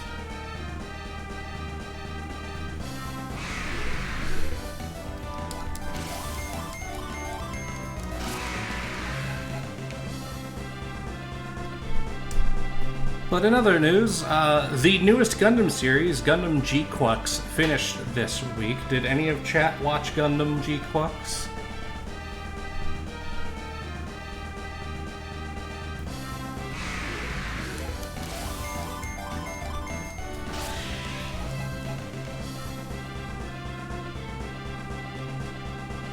So Campus watched Gundam G-Quux at least. I enjoyed the show. It gets a little wibbly at the end, just because they were limited to the 12 episodes, and that definitely shows in how some stuff got rushed. But I mostly enjoyed the characters. I enjoyed all the little callback bits. It doesn't matter how many realities we go through, Char will always do Caecilia dirty.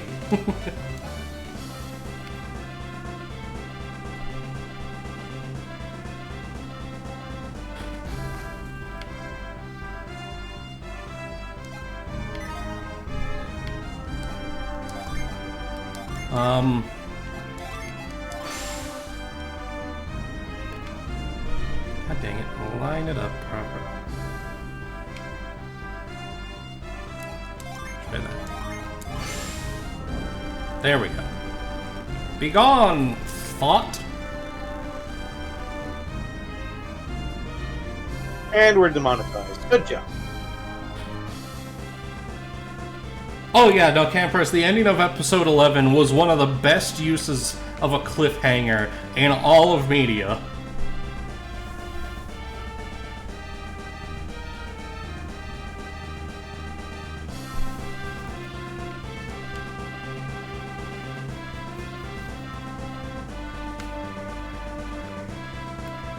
Yeah, I would say G-Quux is definitely worth watching.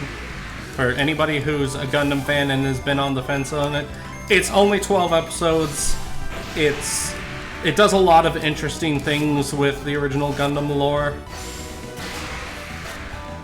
I like that it's this is only going to make sense to people who have seen it, but it's an alternate universe of an alternate universe of many alternate universes. Gundam G-Quux Logic Nullifier, that's what show I'm talking about. It just finished this week, it's on Amazon Prime. It's very much worth watching, I think. Like, it's not the peak of Gundam.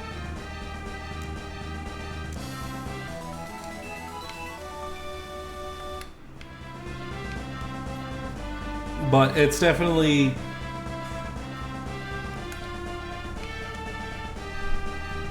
I mean, actually, it is a show made by people who are big fans of what Gundam did for the mecha community.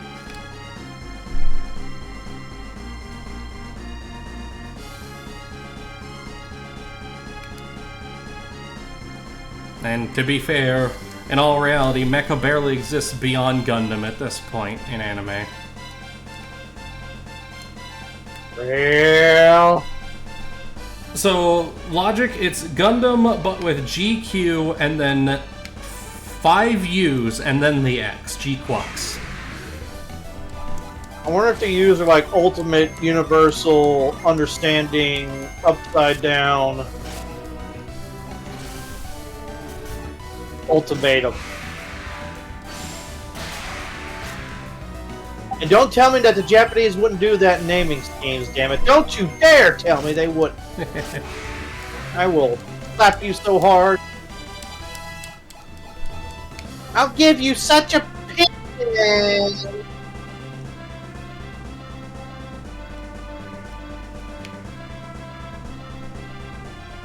Also, for Gundam fans, it was announced today, this winter, they're finally releasing the next Gundam Hathaway movie. For those who aren't Gundam fans, the next Gundam Hathaway movie could be considered the Gundam community's Silk Song.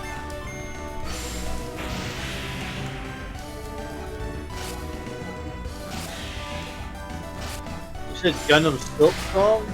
No, the Gundam community's equivalent to Hollow Knight Silk Song. Of the, we were promised it and then got no news about it forever, and it's finally happening.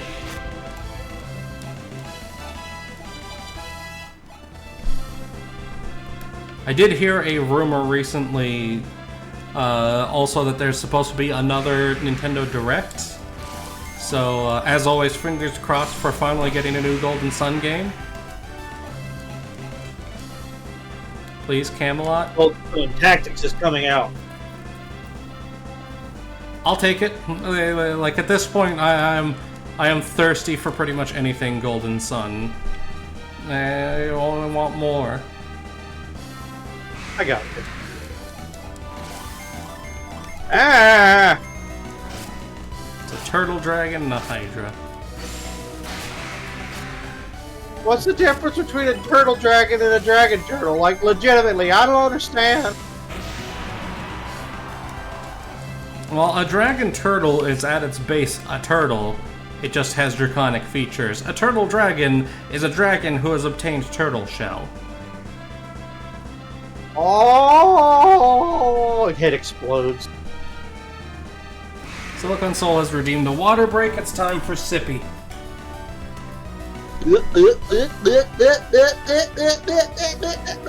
Sippy has been obtained.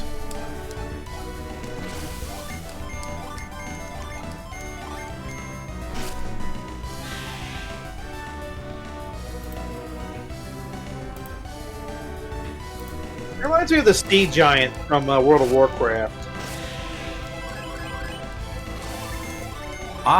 Yes, folks, I've lost a lot of my life playing World of Warcraft. Well, now I have to ask Andy, what class? Warrior. Alright, You're one of those you wanna people hear who a sad always story? plays a human fighter in every RPG, aren't you? For those who don't know, Andy is currently a human fighter in our Baldur's Gate 3 game. You know, if I respec into champion at level 7, I get like advanced athletics that lets me jump even further.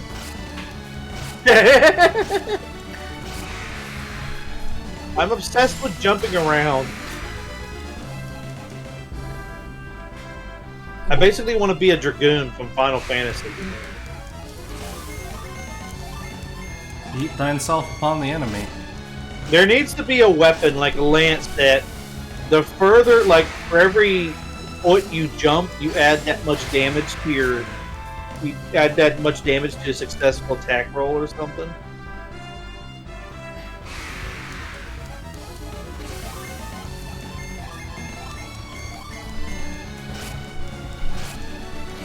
Also, originally in World of Warcraft, I was playing a, God help, forgive me, I was originally playing a Knife Elf Hunter.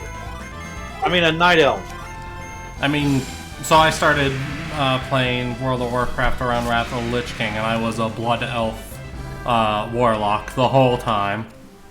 I started coming out, I think, right when, like, the second DLC, not up, it wasn't the second, expansion, but the second like big dungeon came out, and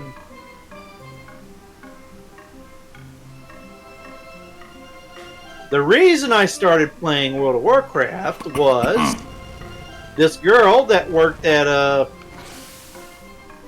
GameStop. I thought she was really cute, and I've been talking to her for a while, and she kept suggesting I play World of Warcraft, so I got it and I started playing. And she suggested, like, for roleplay, I should play a warrior that was a bounty hunter hunting her character down. I'm like, okay.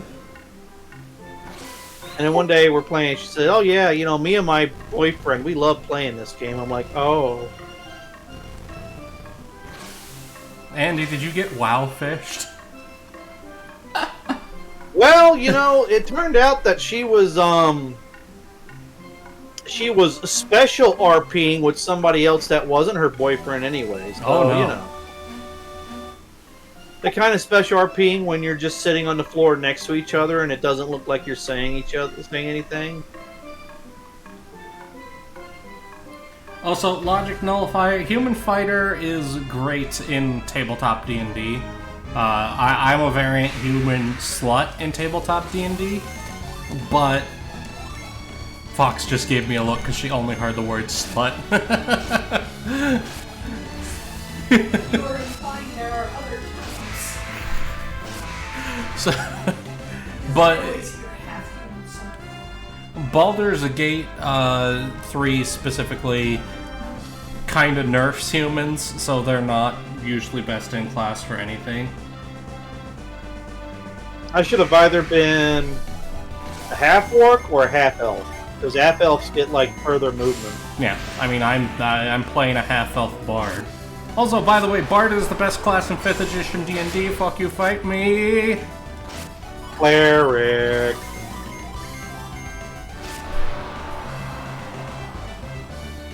I'm gonna heal you, then I'm gonna cast Fireball. Fuck you.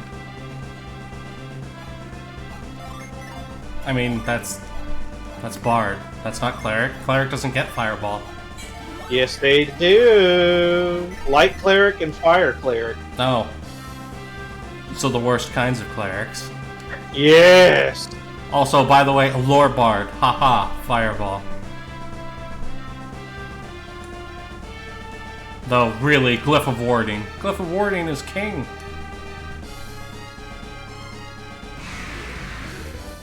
In 5th edition, people like war cleric because I don't know. I guess it's like I don't know. You know how people like to min-max shit and ruin everything. Yeah. It is a beefy boy.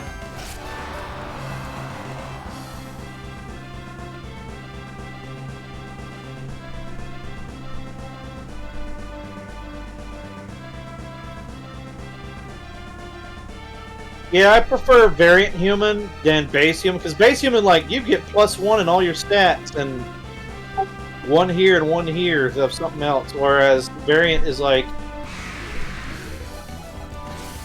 It's feet. feats is getting that extra feat is so good. Yeah. Do you know Well, what it I got does an to the extra feat. D&D plans to have a fighter with the fucking Sentinel at level 1? I don't remember what I took. I don't think I got an extra feat in Baldur's Gate 3. You got one at some point. You might have used it on an ability increase. I got an ability increase, but that was at 3. Was there a 2 or 3 that I got my ability increase? Mercury, do you mean Monk gets shit done? Because I'm seeing Mook.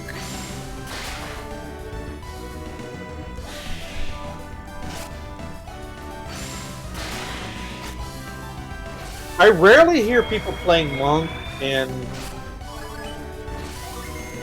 The problem with Monk in D&D 5th edition in general and in Baldur's Gate is it's hard to fit it into really a synergistic party comp. Like, you can do it if you're getting wacky with stuff, but...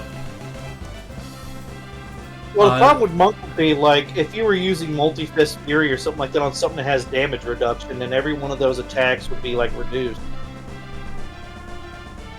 Like, that's the problem with damage reduction is, like, having loads and loads of small damage. Yeah.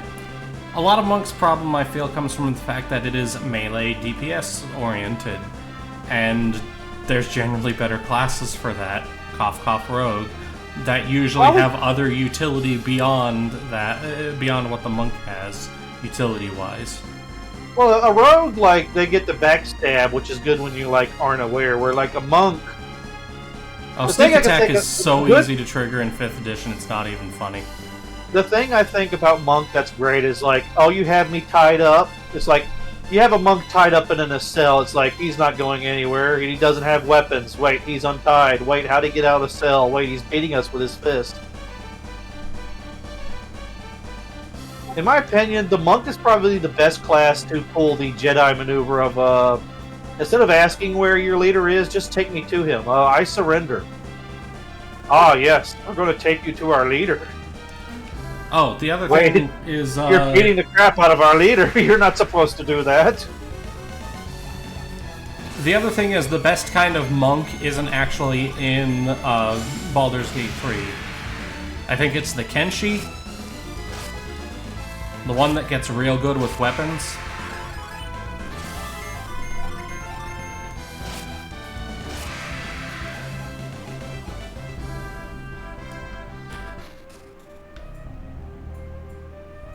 I mean, do monks do well against large creatures and such? Like a dragon or something? Like,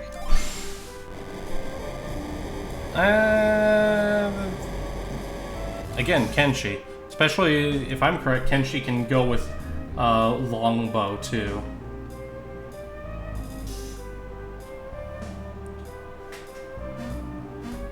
Longbows are great. I mean, like I said, the good thing about monk is they don't need armor, they don't need weapons. It's like, Yeah. But gear's part of the you fun of RPGs. The loot. yeah.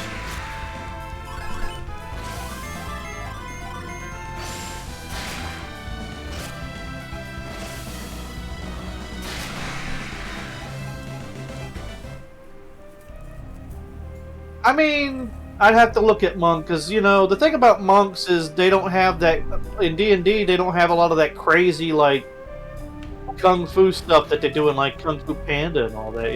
Like Yeah. monks should probably have a bunch of the combat maneuvers that like Battle Master have. Like they could easily trip somebody or disarm somebody, or That would make sense. they could grab they deflect arrows and shit.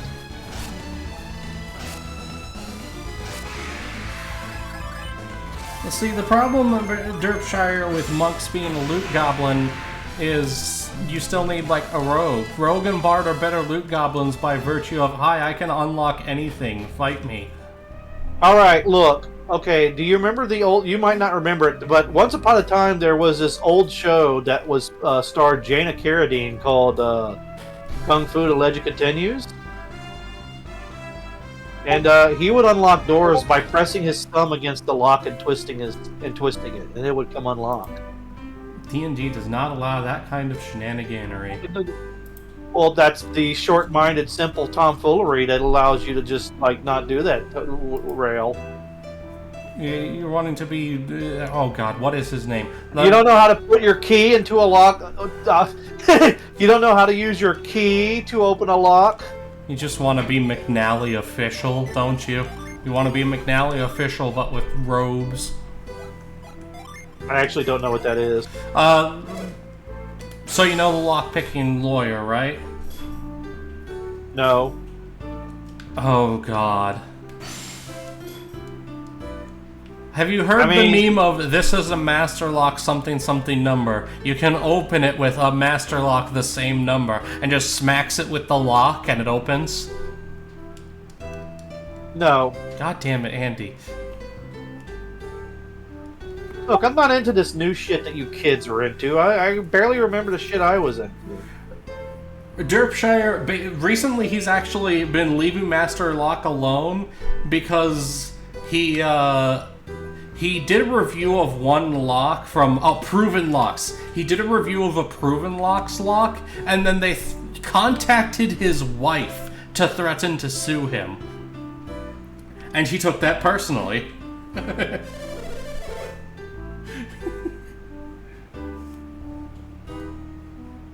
Don't threaten people's family. That's a good way to like get the opposite of what you want to happen.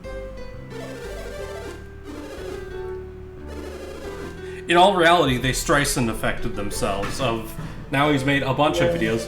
There's literally a video of him getting one of their locks, fresh out of box, chugging an energy drink, then cutting the energy drink can in order to make a shim. Thank you. My brain kept saying shiv. In order to make a shim and popping the lock with that.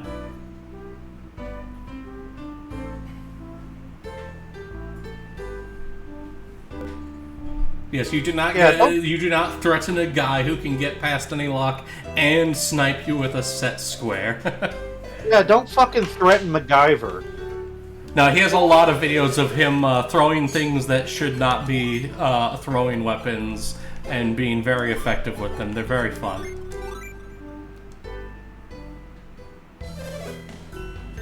Da da da da. La da da da da da da da da da da da da da da.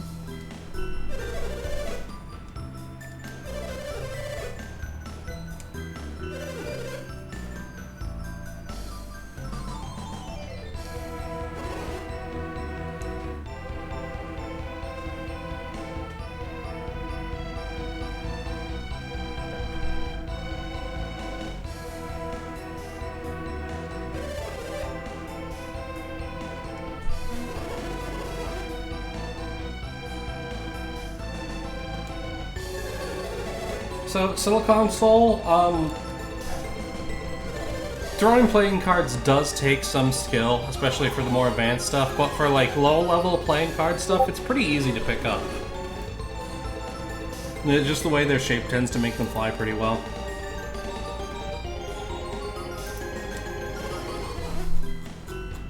They are a good entry to throwing things item.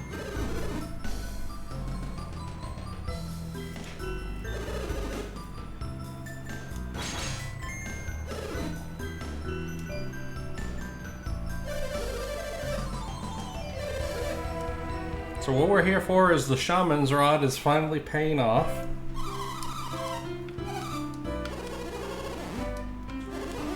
And now we're going to get... I need to heal real quick just in case, make sure we're ready for this. You know, they're being like, you can't have it because you're not of our people, and I was, you know, they're like, oh, that's a... I was going to be like, ask, how do we become of your people? Because, like, it reminds me of Labyrinth. Have you seen the Labyrinth? You mean like the David Bowie one? Yes. Yes. You remember the dog that, like, you cannot pass without my permission? Yeah, yes. And it's like, well, can we have your permission? He goes, ah, yes. And it's like, okay, and they.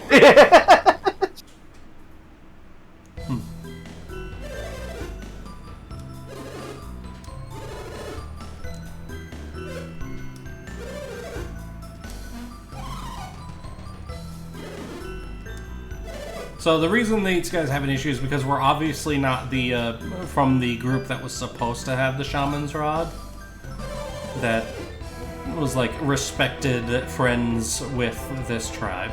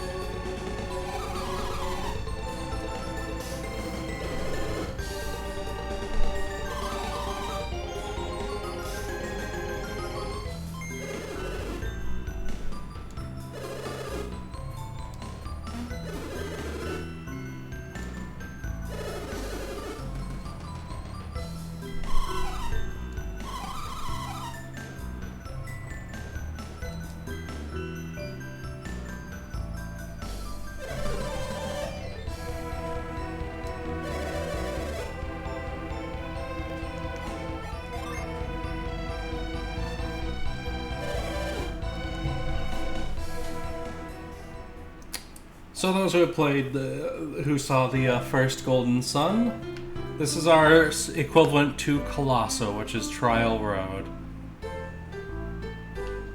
Okay, it's this way.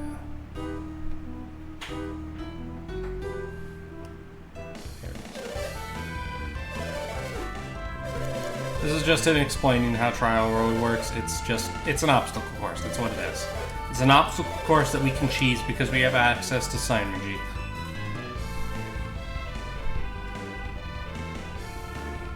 As we get through each section, we have to leave some of our gear behind. Also, that's the only time in this game, or one of the only times, that Felix talks to ask why here.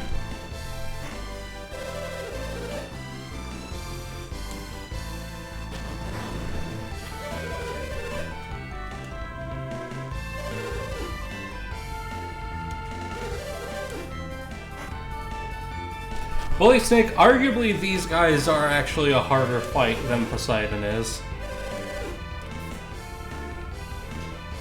I have never been walled by Poseidon, because of the way I play the game. I have been walled by these guys before.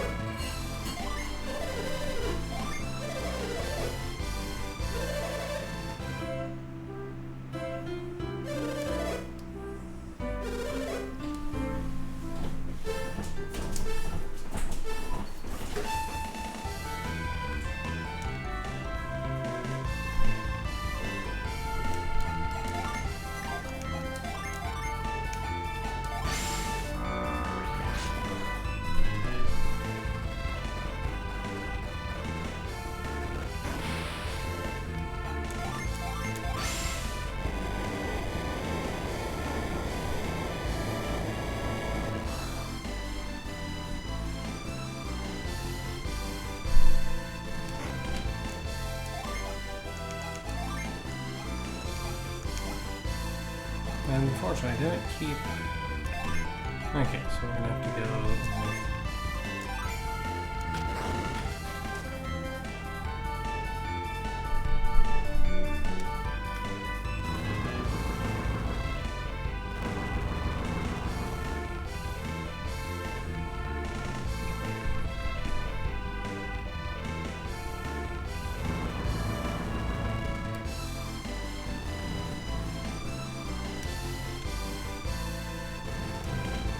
Please note, you can see their progress on the map on the right-hand side.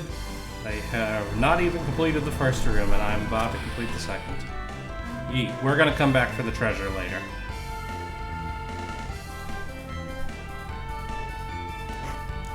treasure is a decoy.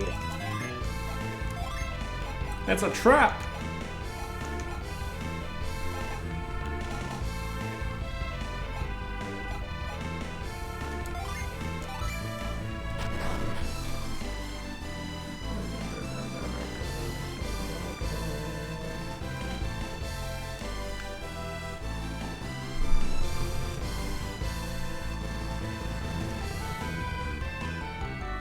They have reached the second room.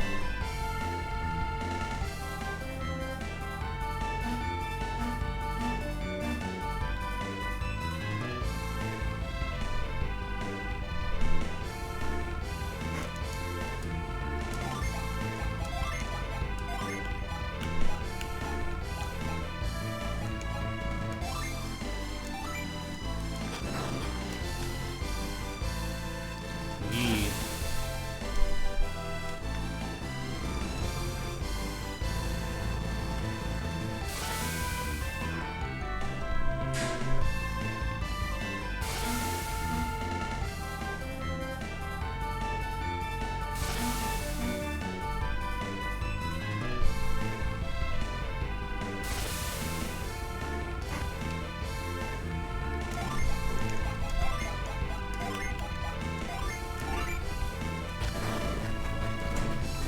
Now we rise.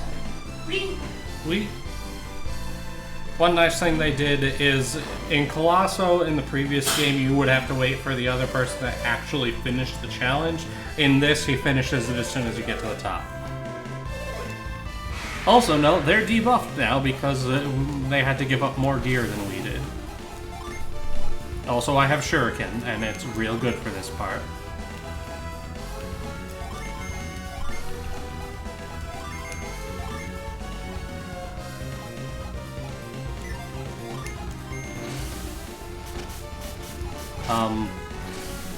With the note that Shuriken is great because it's the only AoE attack that procs off of your attack, so it's your attack stat with a multiplier, while most other synergies have a base power, so it scales a lot higher. Also, they are doing enough damage to actually be a problem. We're going to wish well with two characters.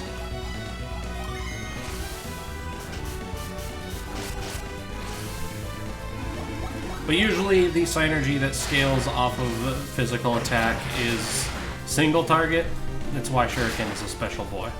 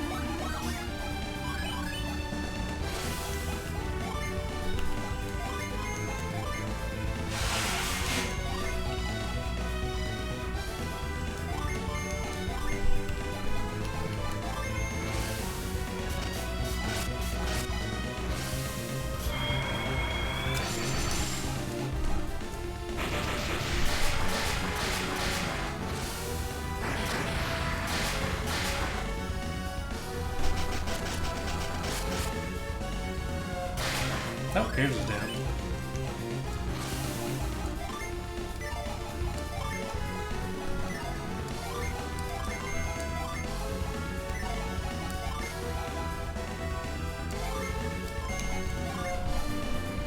Oh, none of my people. Okay.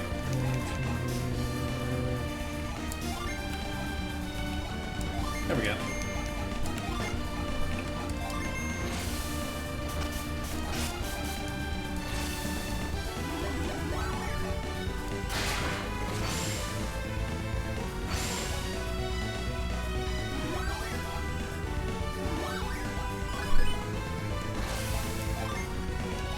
How dare you use a nut in front of me? You rude bitch.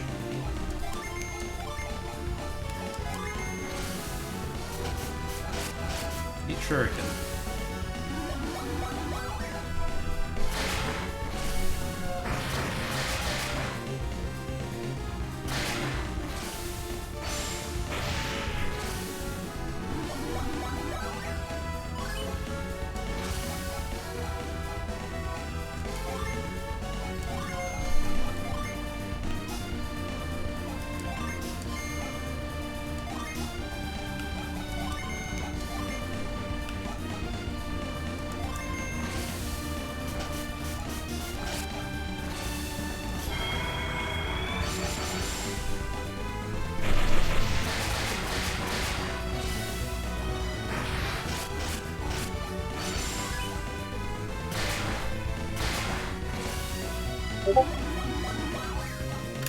I'm being biddly bopped. Just general stuff. No worries. Oh.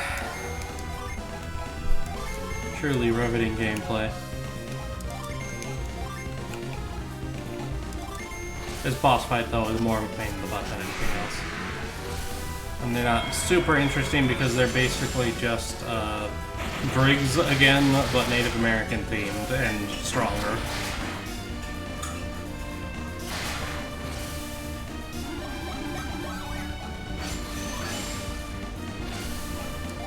Alright, now then.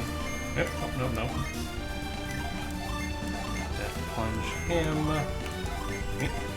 Astral blast him. Yeah.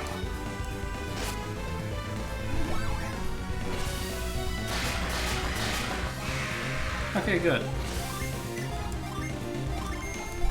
We're in the end game now.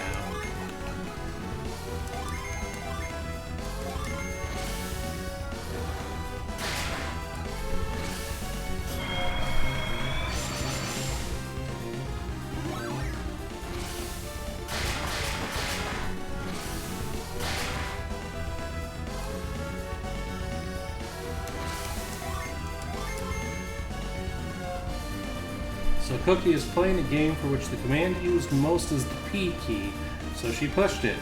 Only it was in this box and tried again 3 more times, but here's the problem. She missed twice and hit the key beside it, so poop. I believe this is where if Whacker had showed up, he would be saying, man, shit.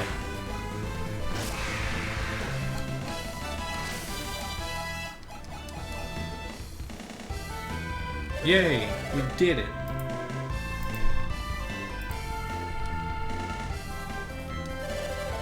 I like to imagine after you beat them, they lose their accent. And they're like, All right, you defeated us. Gee Louise.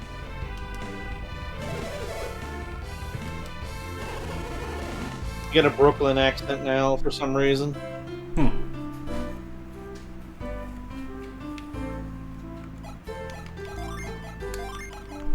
Alright, and now we can actually use this town's services, because before they wouldn't talk to us.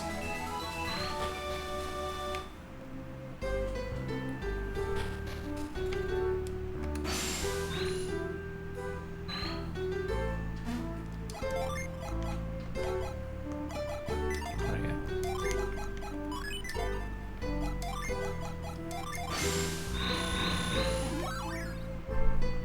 Climb!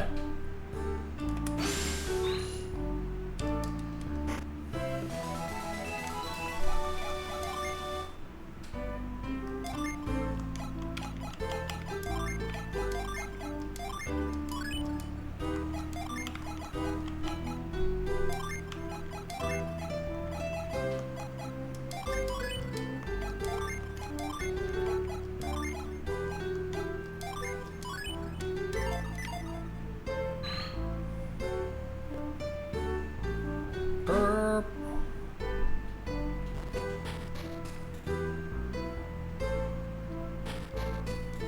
Ah, the pleasant town music.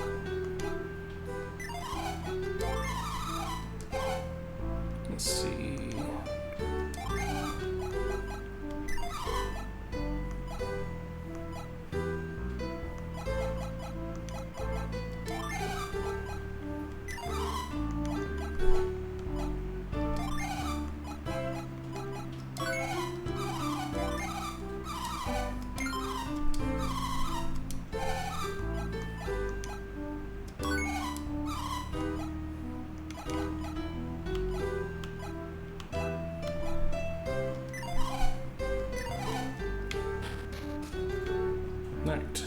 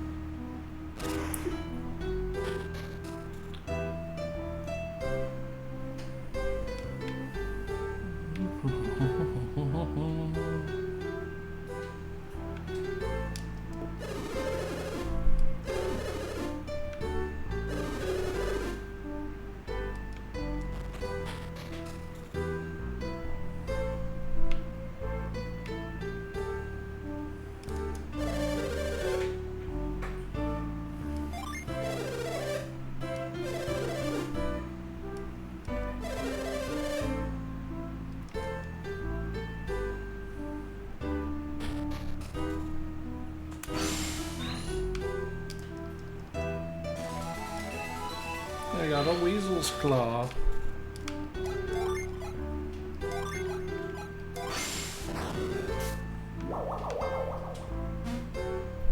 Hip, hip, hip, hip, hip, hip, hip.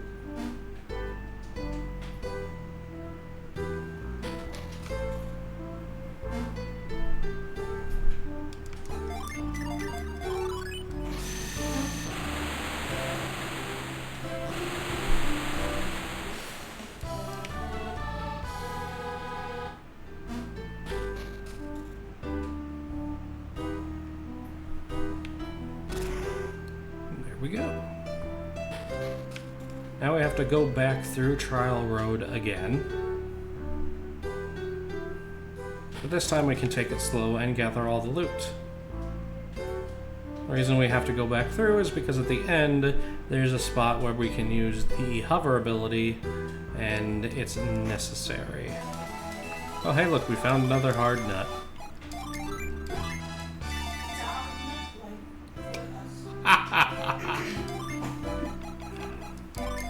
For those who couldn't hear it in the background, Fox just said it's a hard nut life for us. Double check. No, that'll switch her to a samurai, which I don't want right now.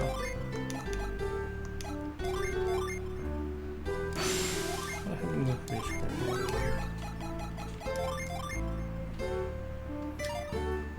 No, okay.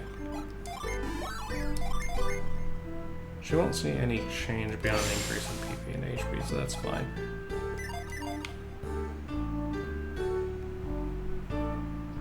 In we go, once more.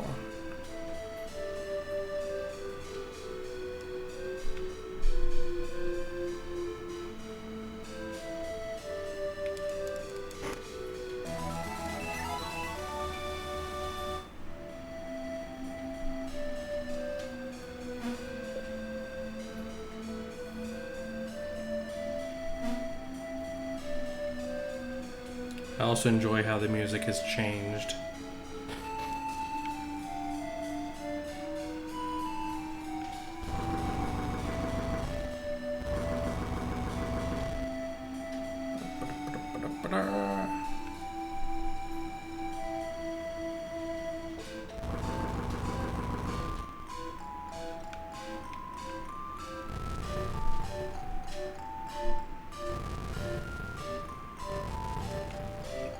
Blocks. Push the logs.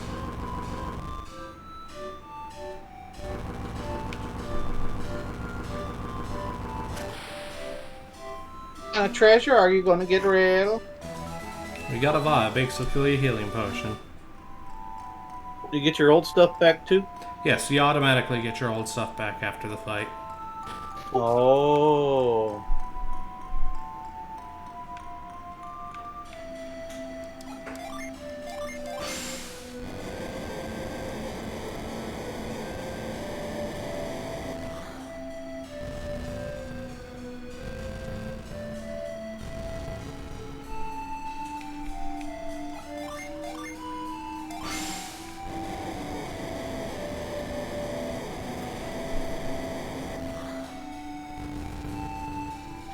Oh no, this music is starting to put me to sleep. It's so calming.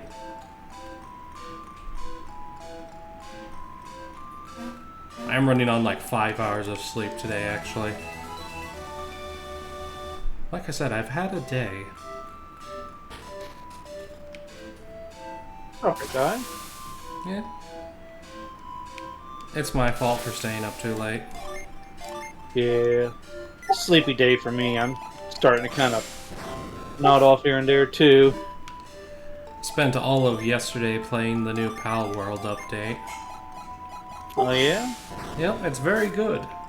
They introduced a new charge beam rifle. And it's nice.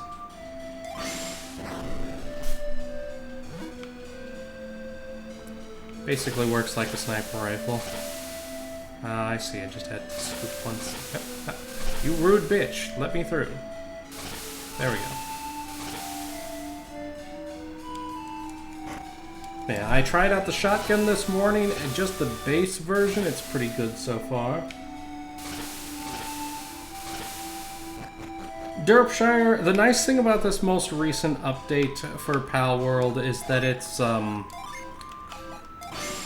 not all endgame combat content, and the loot for the new endgame weapons... Oh, I need the lift. Damn it. We're gonna have to come back here much later.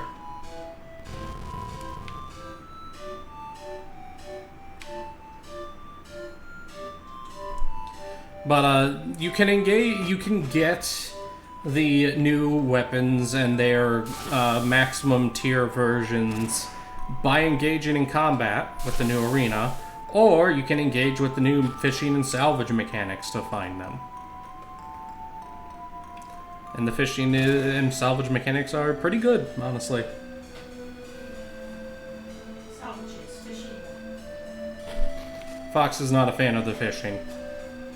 It is essentially a less responsive Stardew Valley fishing mechanic. It's a little better once you get used to it, because it is a little touchier, but...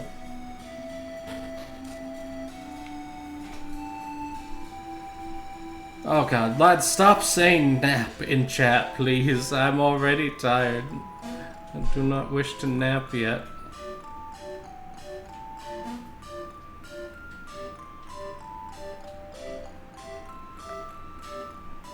Derpshire, why would you hate the Stardew fishing? It's one of the best fishing mechanics. We'll have to be friendlies.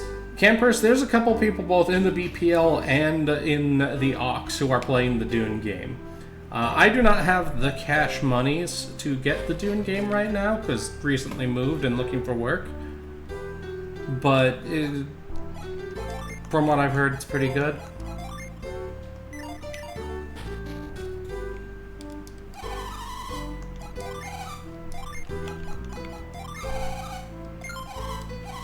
Derpshire, you need to qualify your statements. Explain why you don't like the Stardew Valley fishing.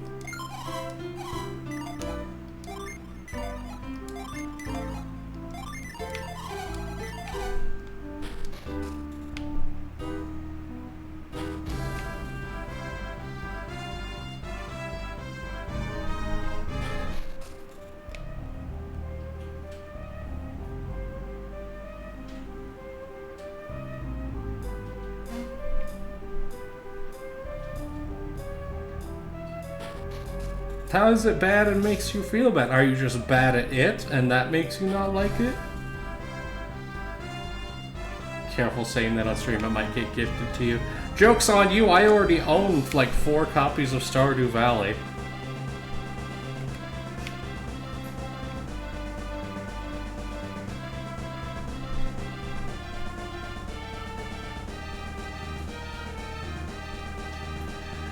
It and oh, yawn. No Man's Sky are the 2 games that is like they get an update, roughly every year.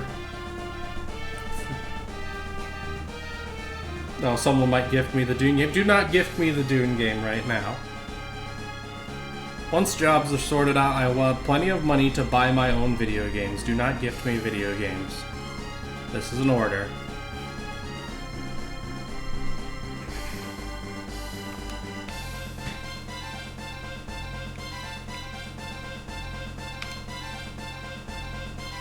Do not disregard that order. Do not spend your money on me. I know the BPL likes to do the haha, don't spend your money on me, please. Like, go buy yourself a coffee. Do not give money to the Patreon or to the Twitch subs. But seriously, do not spend money on me.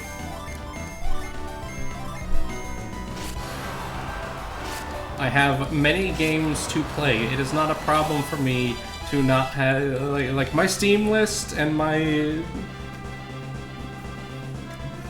oh god, every fucking platform I have things to play on. Nintendo, Steam, Epic, all that junk. We've even got stuff on GOG of just games that I need to finish, and I'm lazy about finishing games. Hell, I still have Torchlight 1 and 2 on my Steam, and I've never played them. I got when they came out. I have games on my Steam wishlist that I have never even thought about playing. Humble Bundle is a hell of a drug. Sail. Well, there was the one, the Ukraine charity one that had just a massive amount of stuff in it.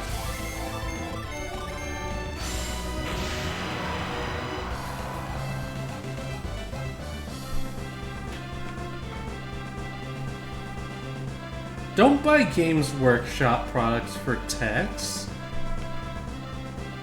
In fact, don't buy anything for techs. You know what you should use that money on? Go out and do something interesting and post pictures of it in the aux. Let's go on, I'll be there.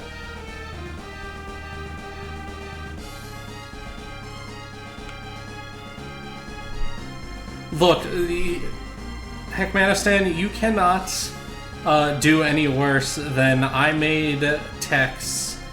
This is just the PD, the image of it, but the image for the, oh, what is it? The Thompson machine gun body pillow. Yeah. I did not send him the actual pillow because, you know, it does not need... More stuff is met.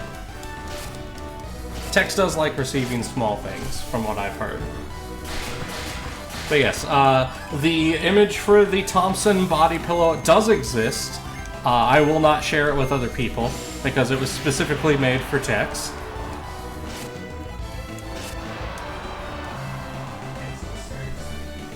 Logic Nullifier. What qualifies as interesting is entirely a judgment call. Use your judgment. Do something neat that you think is fun, and then share it with people. Go out and live, and laugh, and love. Live, laugh, leave. I regret nothing.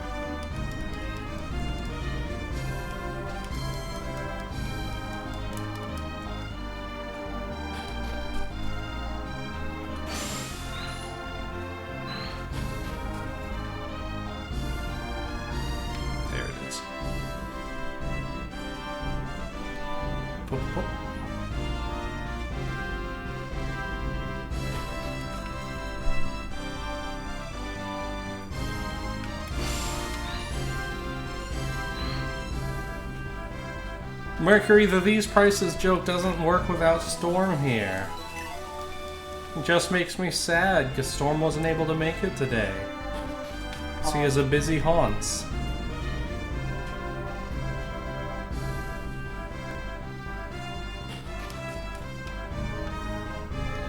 Oh no, it's the return of the worst Gundam pilot. How do, Quatre?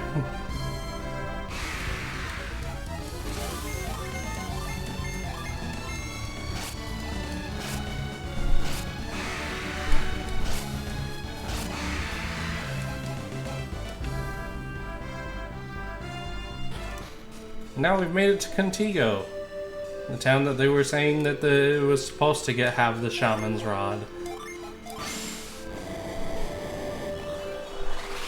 Mikazuki August is not the worst Gundam pilot. You take that back.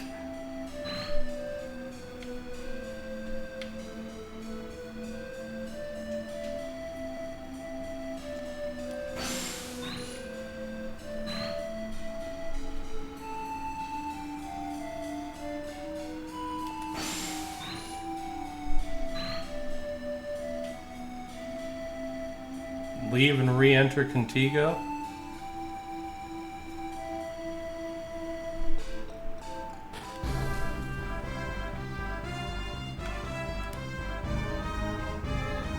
Ah.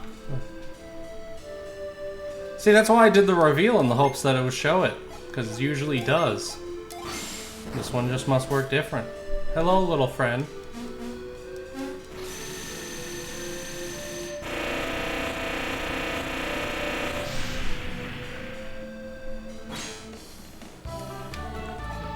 It's a little annoying that it's not marked when the rest of the time stuff like that is.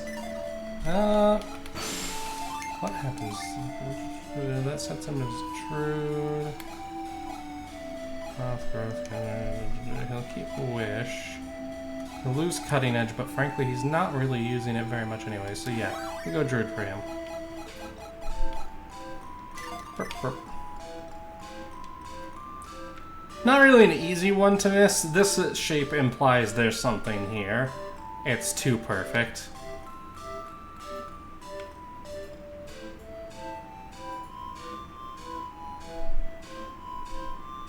And while I am bound to miss things because I am dumb, I usually will get it on the second run through.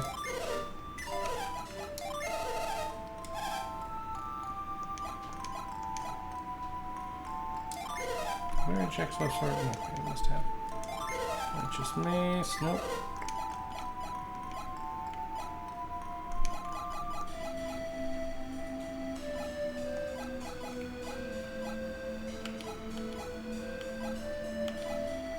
Nope.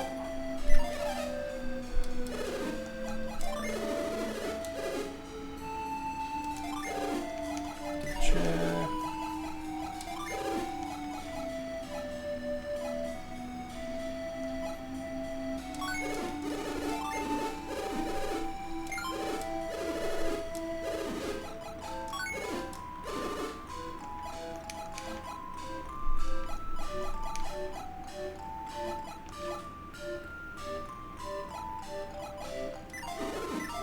Right.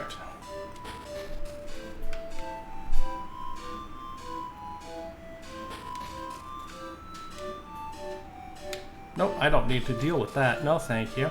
Not right now. For those who don't know, that was a Nemo Sanctum. That is the bonus dungeon that has flat out the hardest boss in the game. In fact, arguably the only hard boss in the game, depending on how good you are at the mechanics.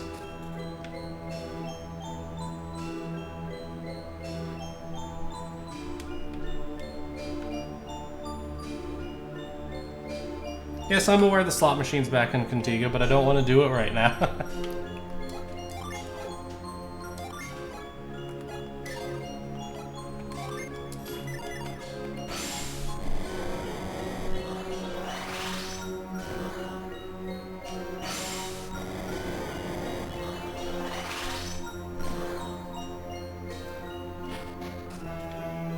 Behold, Jupiter Lighthouse.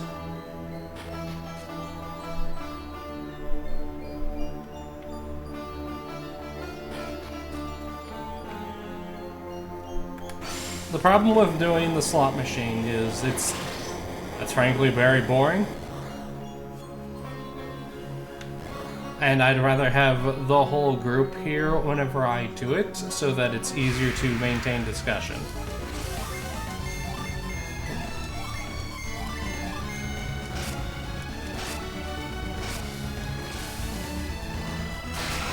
Because Andy's being very quiet right now. Andy, are you okay?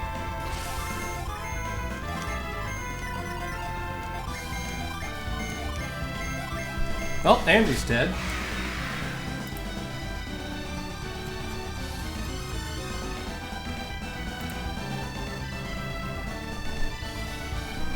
Oh, goody, and confirmation. Here, once I'm done streaming, I will probably end at about about 45, so very soon. We're gonna have Bionic Babe will be streaming again. Yay! I know that is not Bionic Babe not being exciting, that is me being low energy right now. Her streams are fun. You should watch them.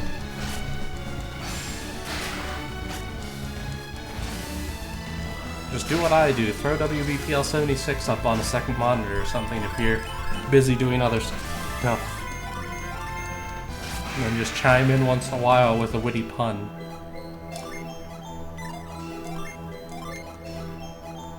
Justin Kleiss, please respect the wishes of other streamers and do not pun them if they do not wish to be punned. Unless they deserve it.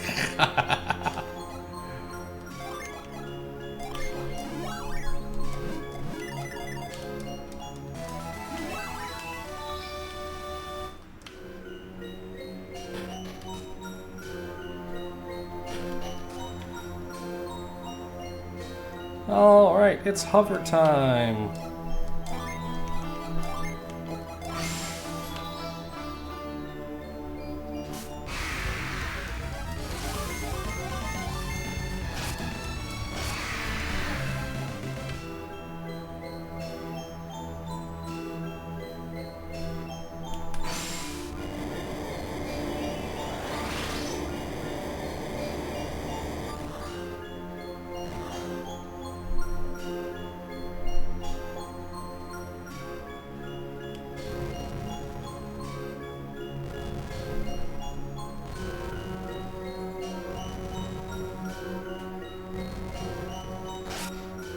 Open doors. Check, not missing anything yet. Smite the devil scorpion.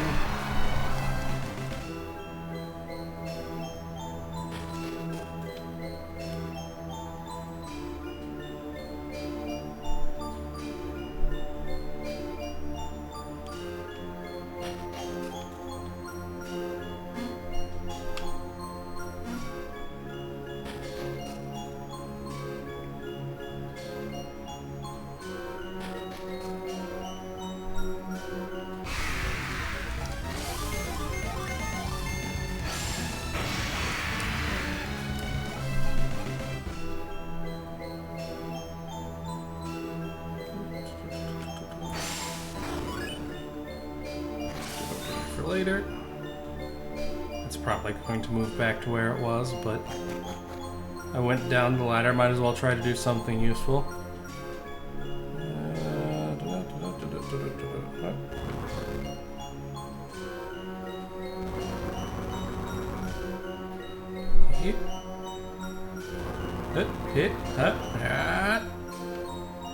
Rolling, rolling, rolling. What? Rolling, rolling, rolling. Yeah. Rolling, rolling, rolling, rolling. Get up. Get there. What y'all you get there?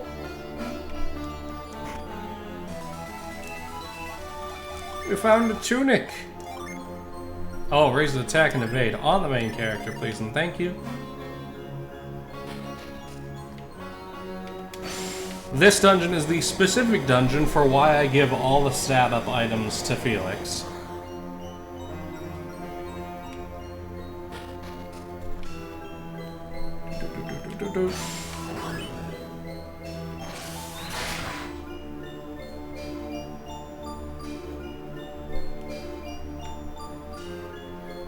Let's go outside first and see what for.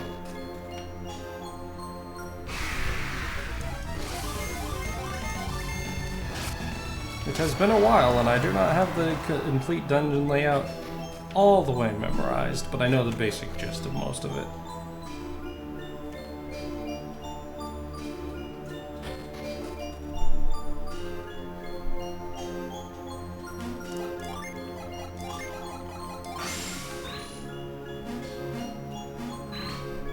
Okay, you'll notice Because it's the Jupiter Lighthouse, most of the stuff I'm having to use is Jupiter aligned synergy.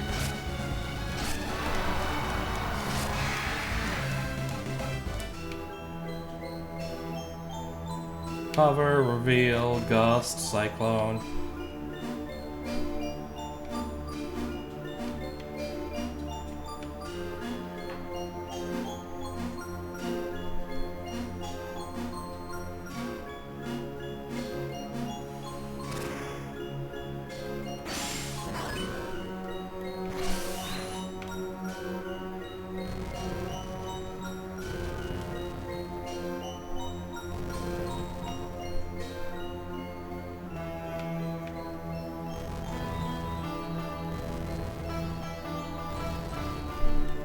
Go.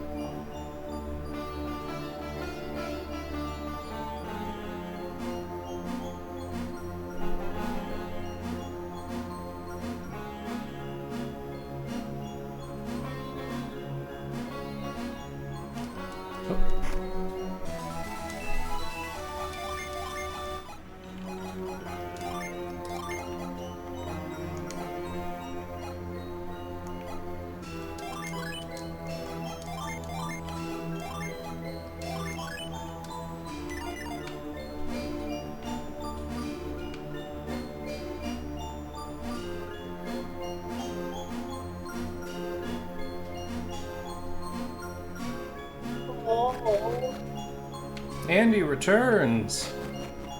He lives. Sorry, I'm sorry. I actually have nodded off a few times. It is okay.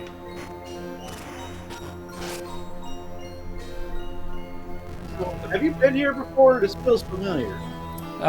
It's one of the lighthouses, and the lighthouses have somewhat shared design concepts, but it's not a 100%. Ah.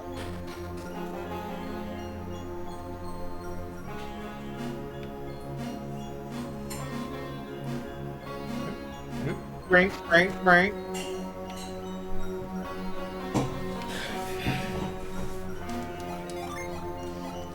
This one is, as I was talking about earlier, it's wind themed. It's built to contain, it's the Jupiter Lighthouse.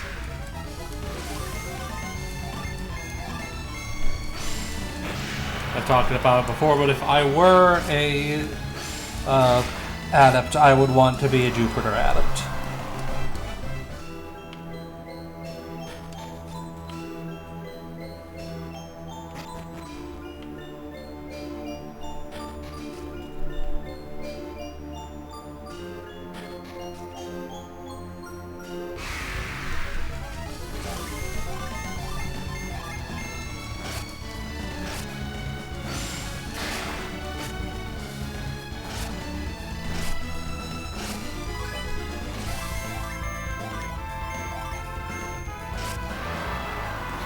I feel like these wyverns have a stronger outline than normal.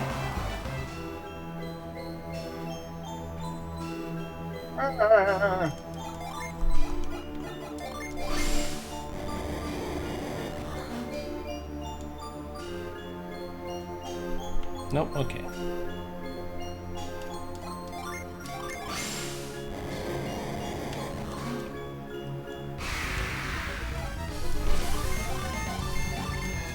It's a lizard with a mace for a tail.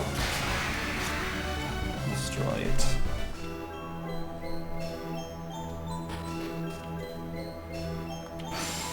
The hole in the floor. Woo!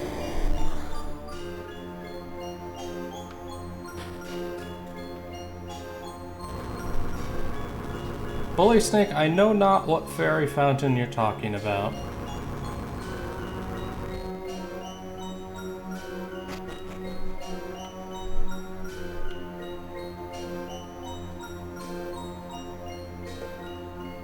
Okay, yes, that doesn't work. Okay.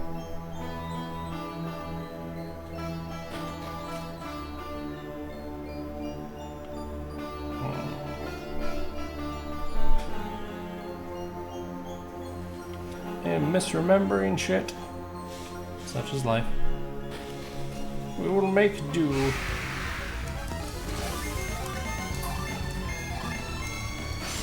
Scorpion! Scorpion bad! Scorpion smash!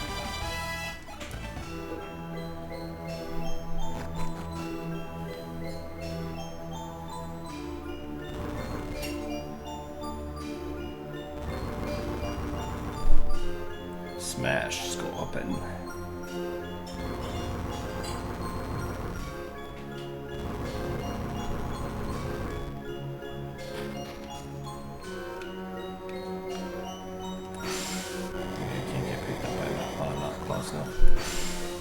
Noted. Whee!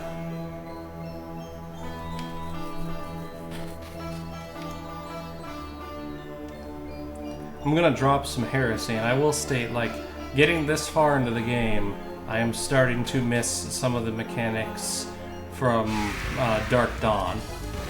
Because Dark Dawn had really good puzzle design, actually. Its real only weakness is in the way its plot plays out. And, well, that and the points of no return. And I'm very much of the opinion that the plot could be entirely fixed with a fourth game just paying off the damn cliffhanger they decided to end on.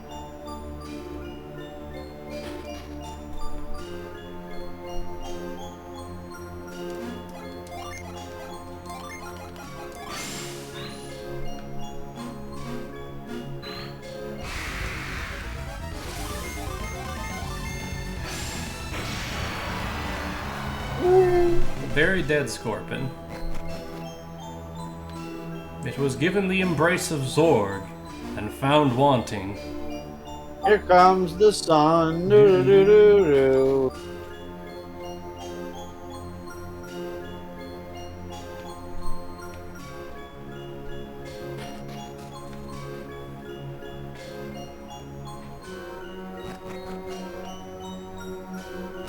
Ah, that's why I was supposed to go down this. Okay. I saw the big thing in the center and thought I wasn't supposed to deal with that till later. Which is correct, but I missed the slidey downy thingy.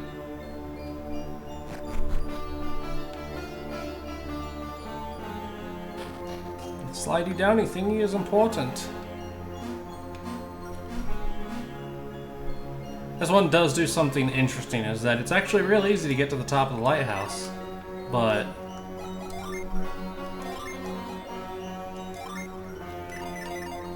that's blocking the way, so we can't drop the thingy down, the Jupiter star down the lighthouse to light it. So now we've got to go back in and figure out how to make it rise. Rise Arise, like a loaf chicken. of bread. Oh!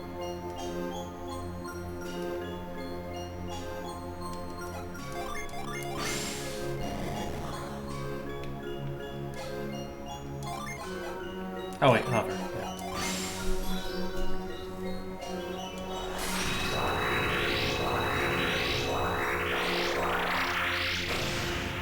That's loud. Indeed. We have activated the hover system within the tower.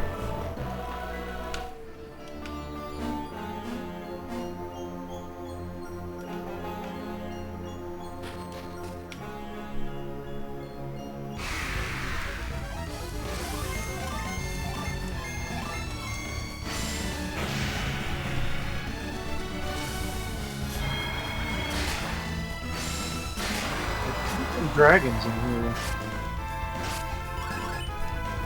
Yeah, why wouldn't dragons be Great. in the air thing associated with wind? Also, just in general in the towers, there's so much elemental energy. Wait a minute. No, I can't go beyond that point, so...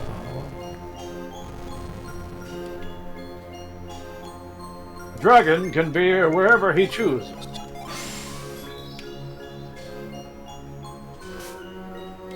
There we go.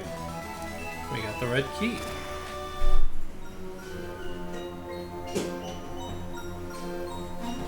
Well, my assumption is that the higher levels of elemental energy just cause dragons to, you know, become a thing.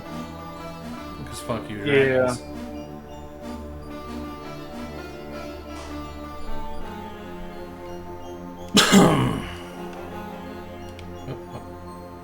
Just outside and around.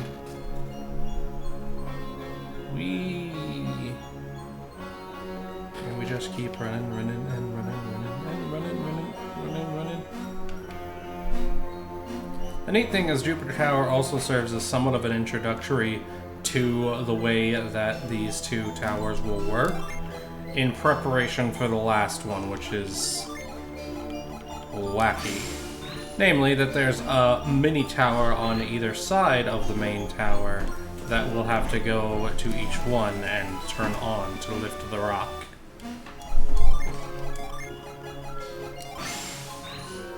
Nope. I am actually a little late on ending my stream. I was planning on 45. So, real quick, everybody, as always, stay safe, have a beautiful time, and take care of yourself. Be kind in general, and be kind to yourself especially. Andy, anything to say? Give your pets a big old snuggle wuggle wuggums. Yes, snuggle the various pets. Yes. Double save because I'm paranoid. Right. Unless it's porcupine or something like that. And remember, horse glue is the best glue. It doesn't hit the same when he's not here to scream at me. Have a good time, people. Bye!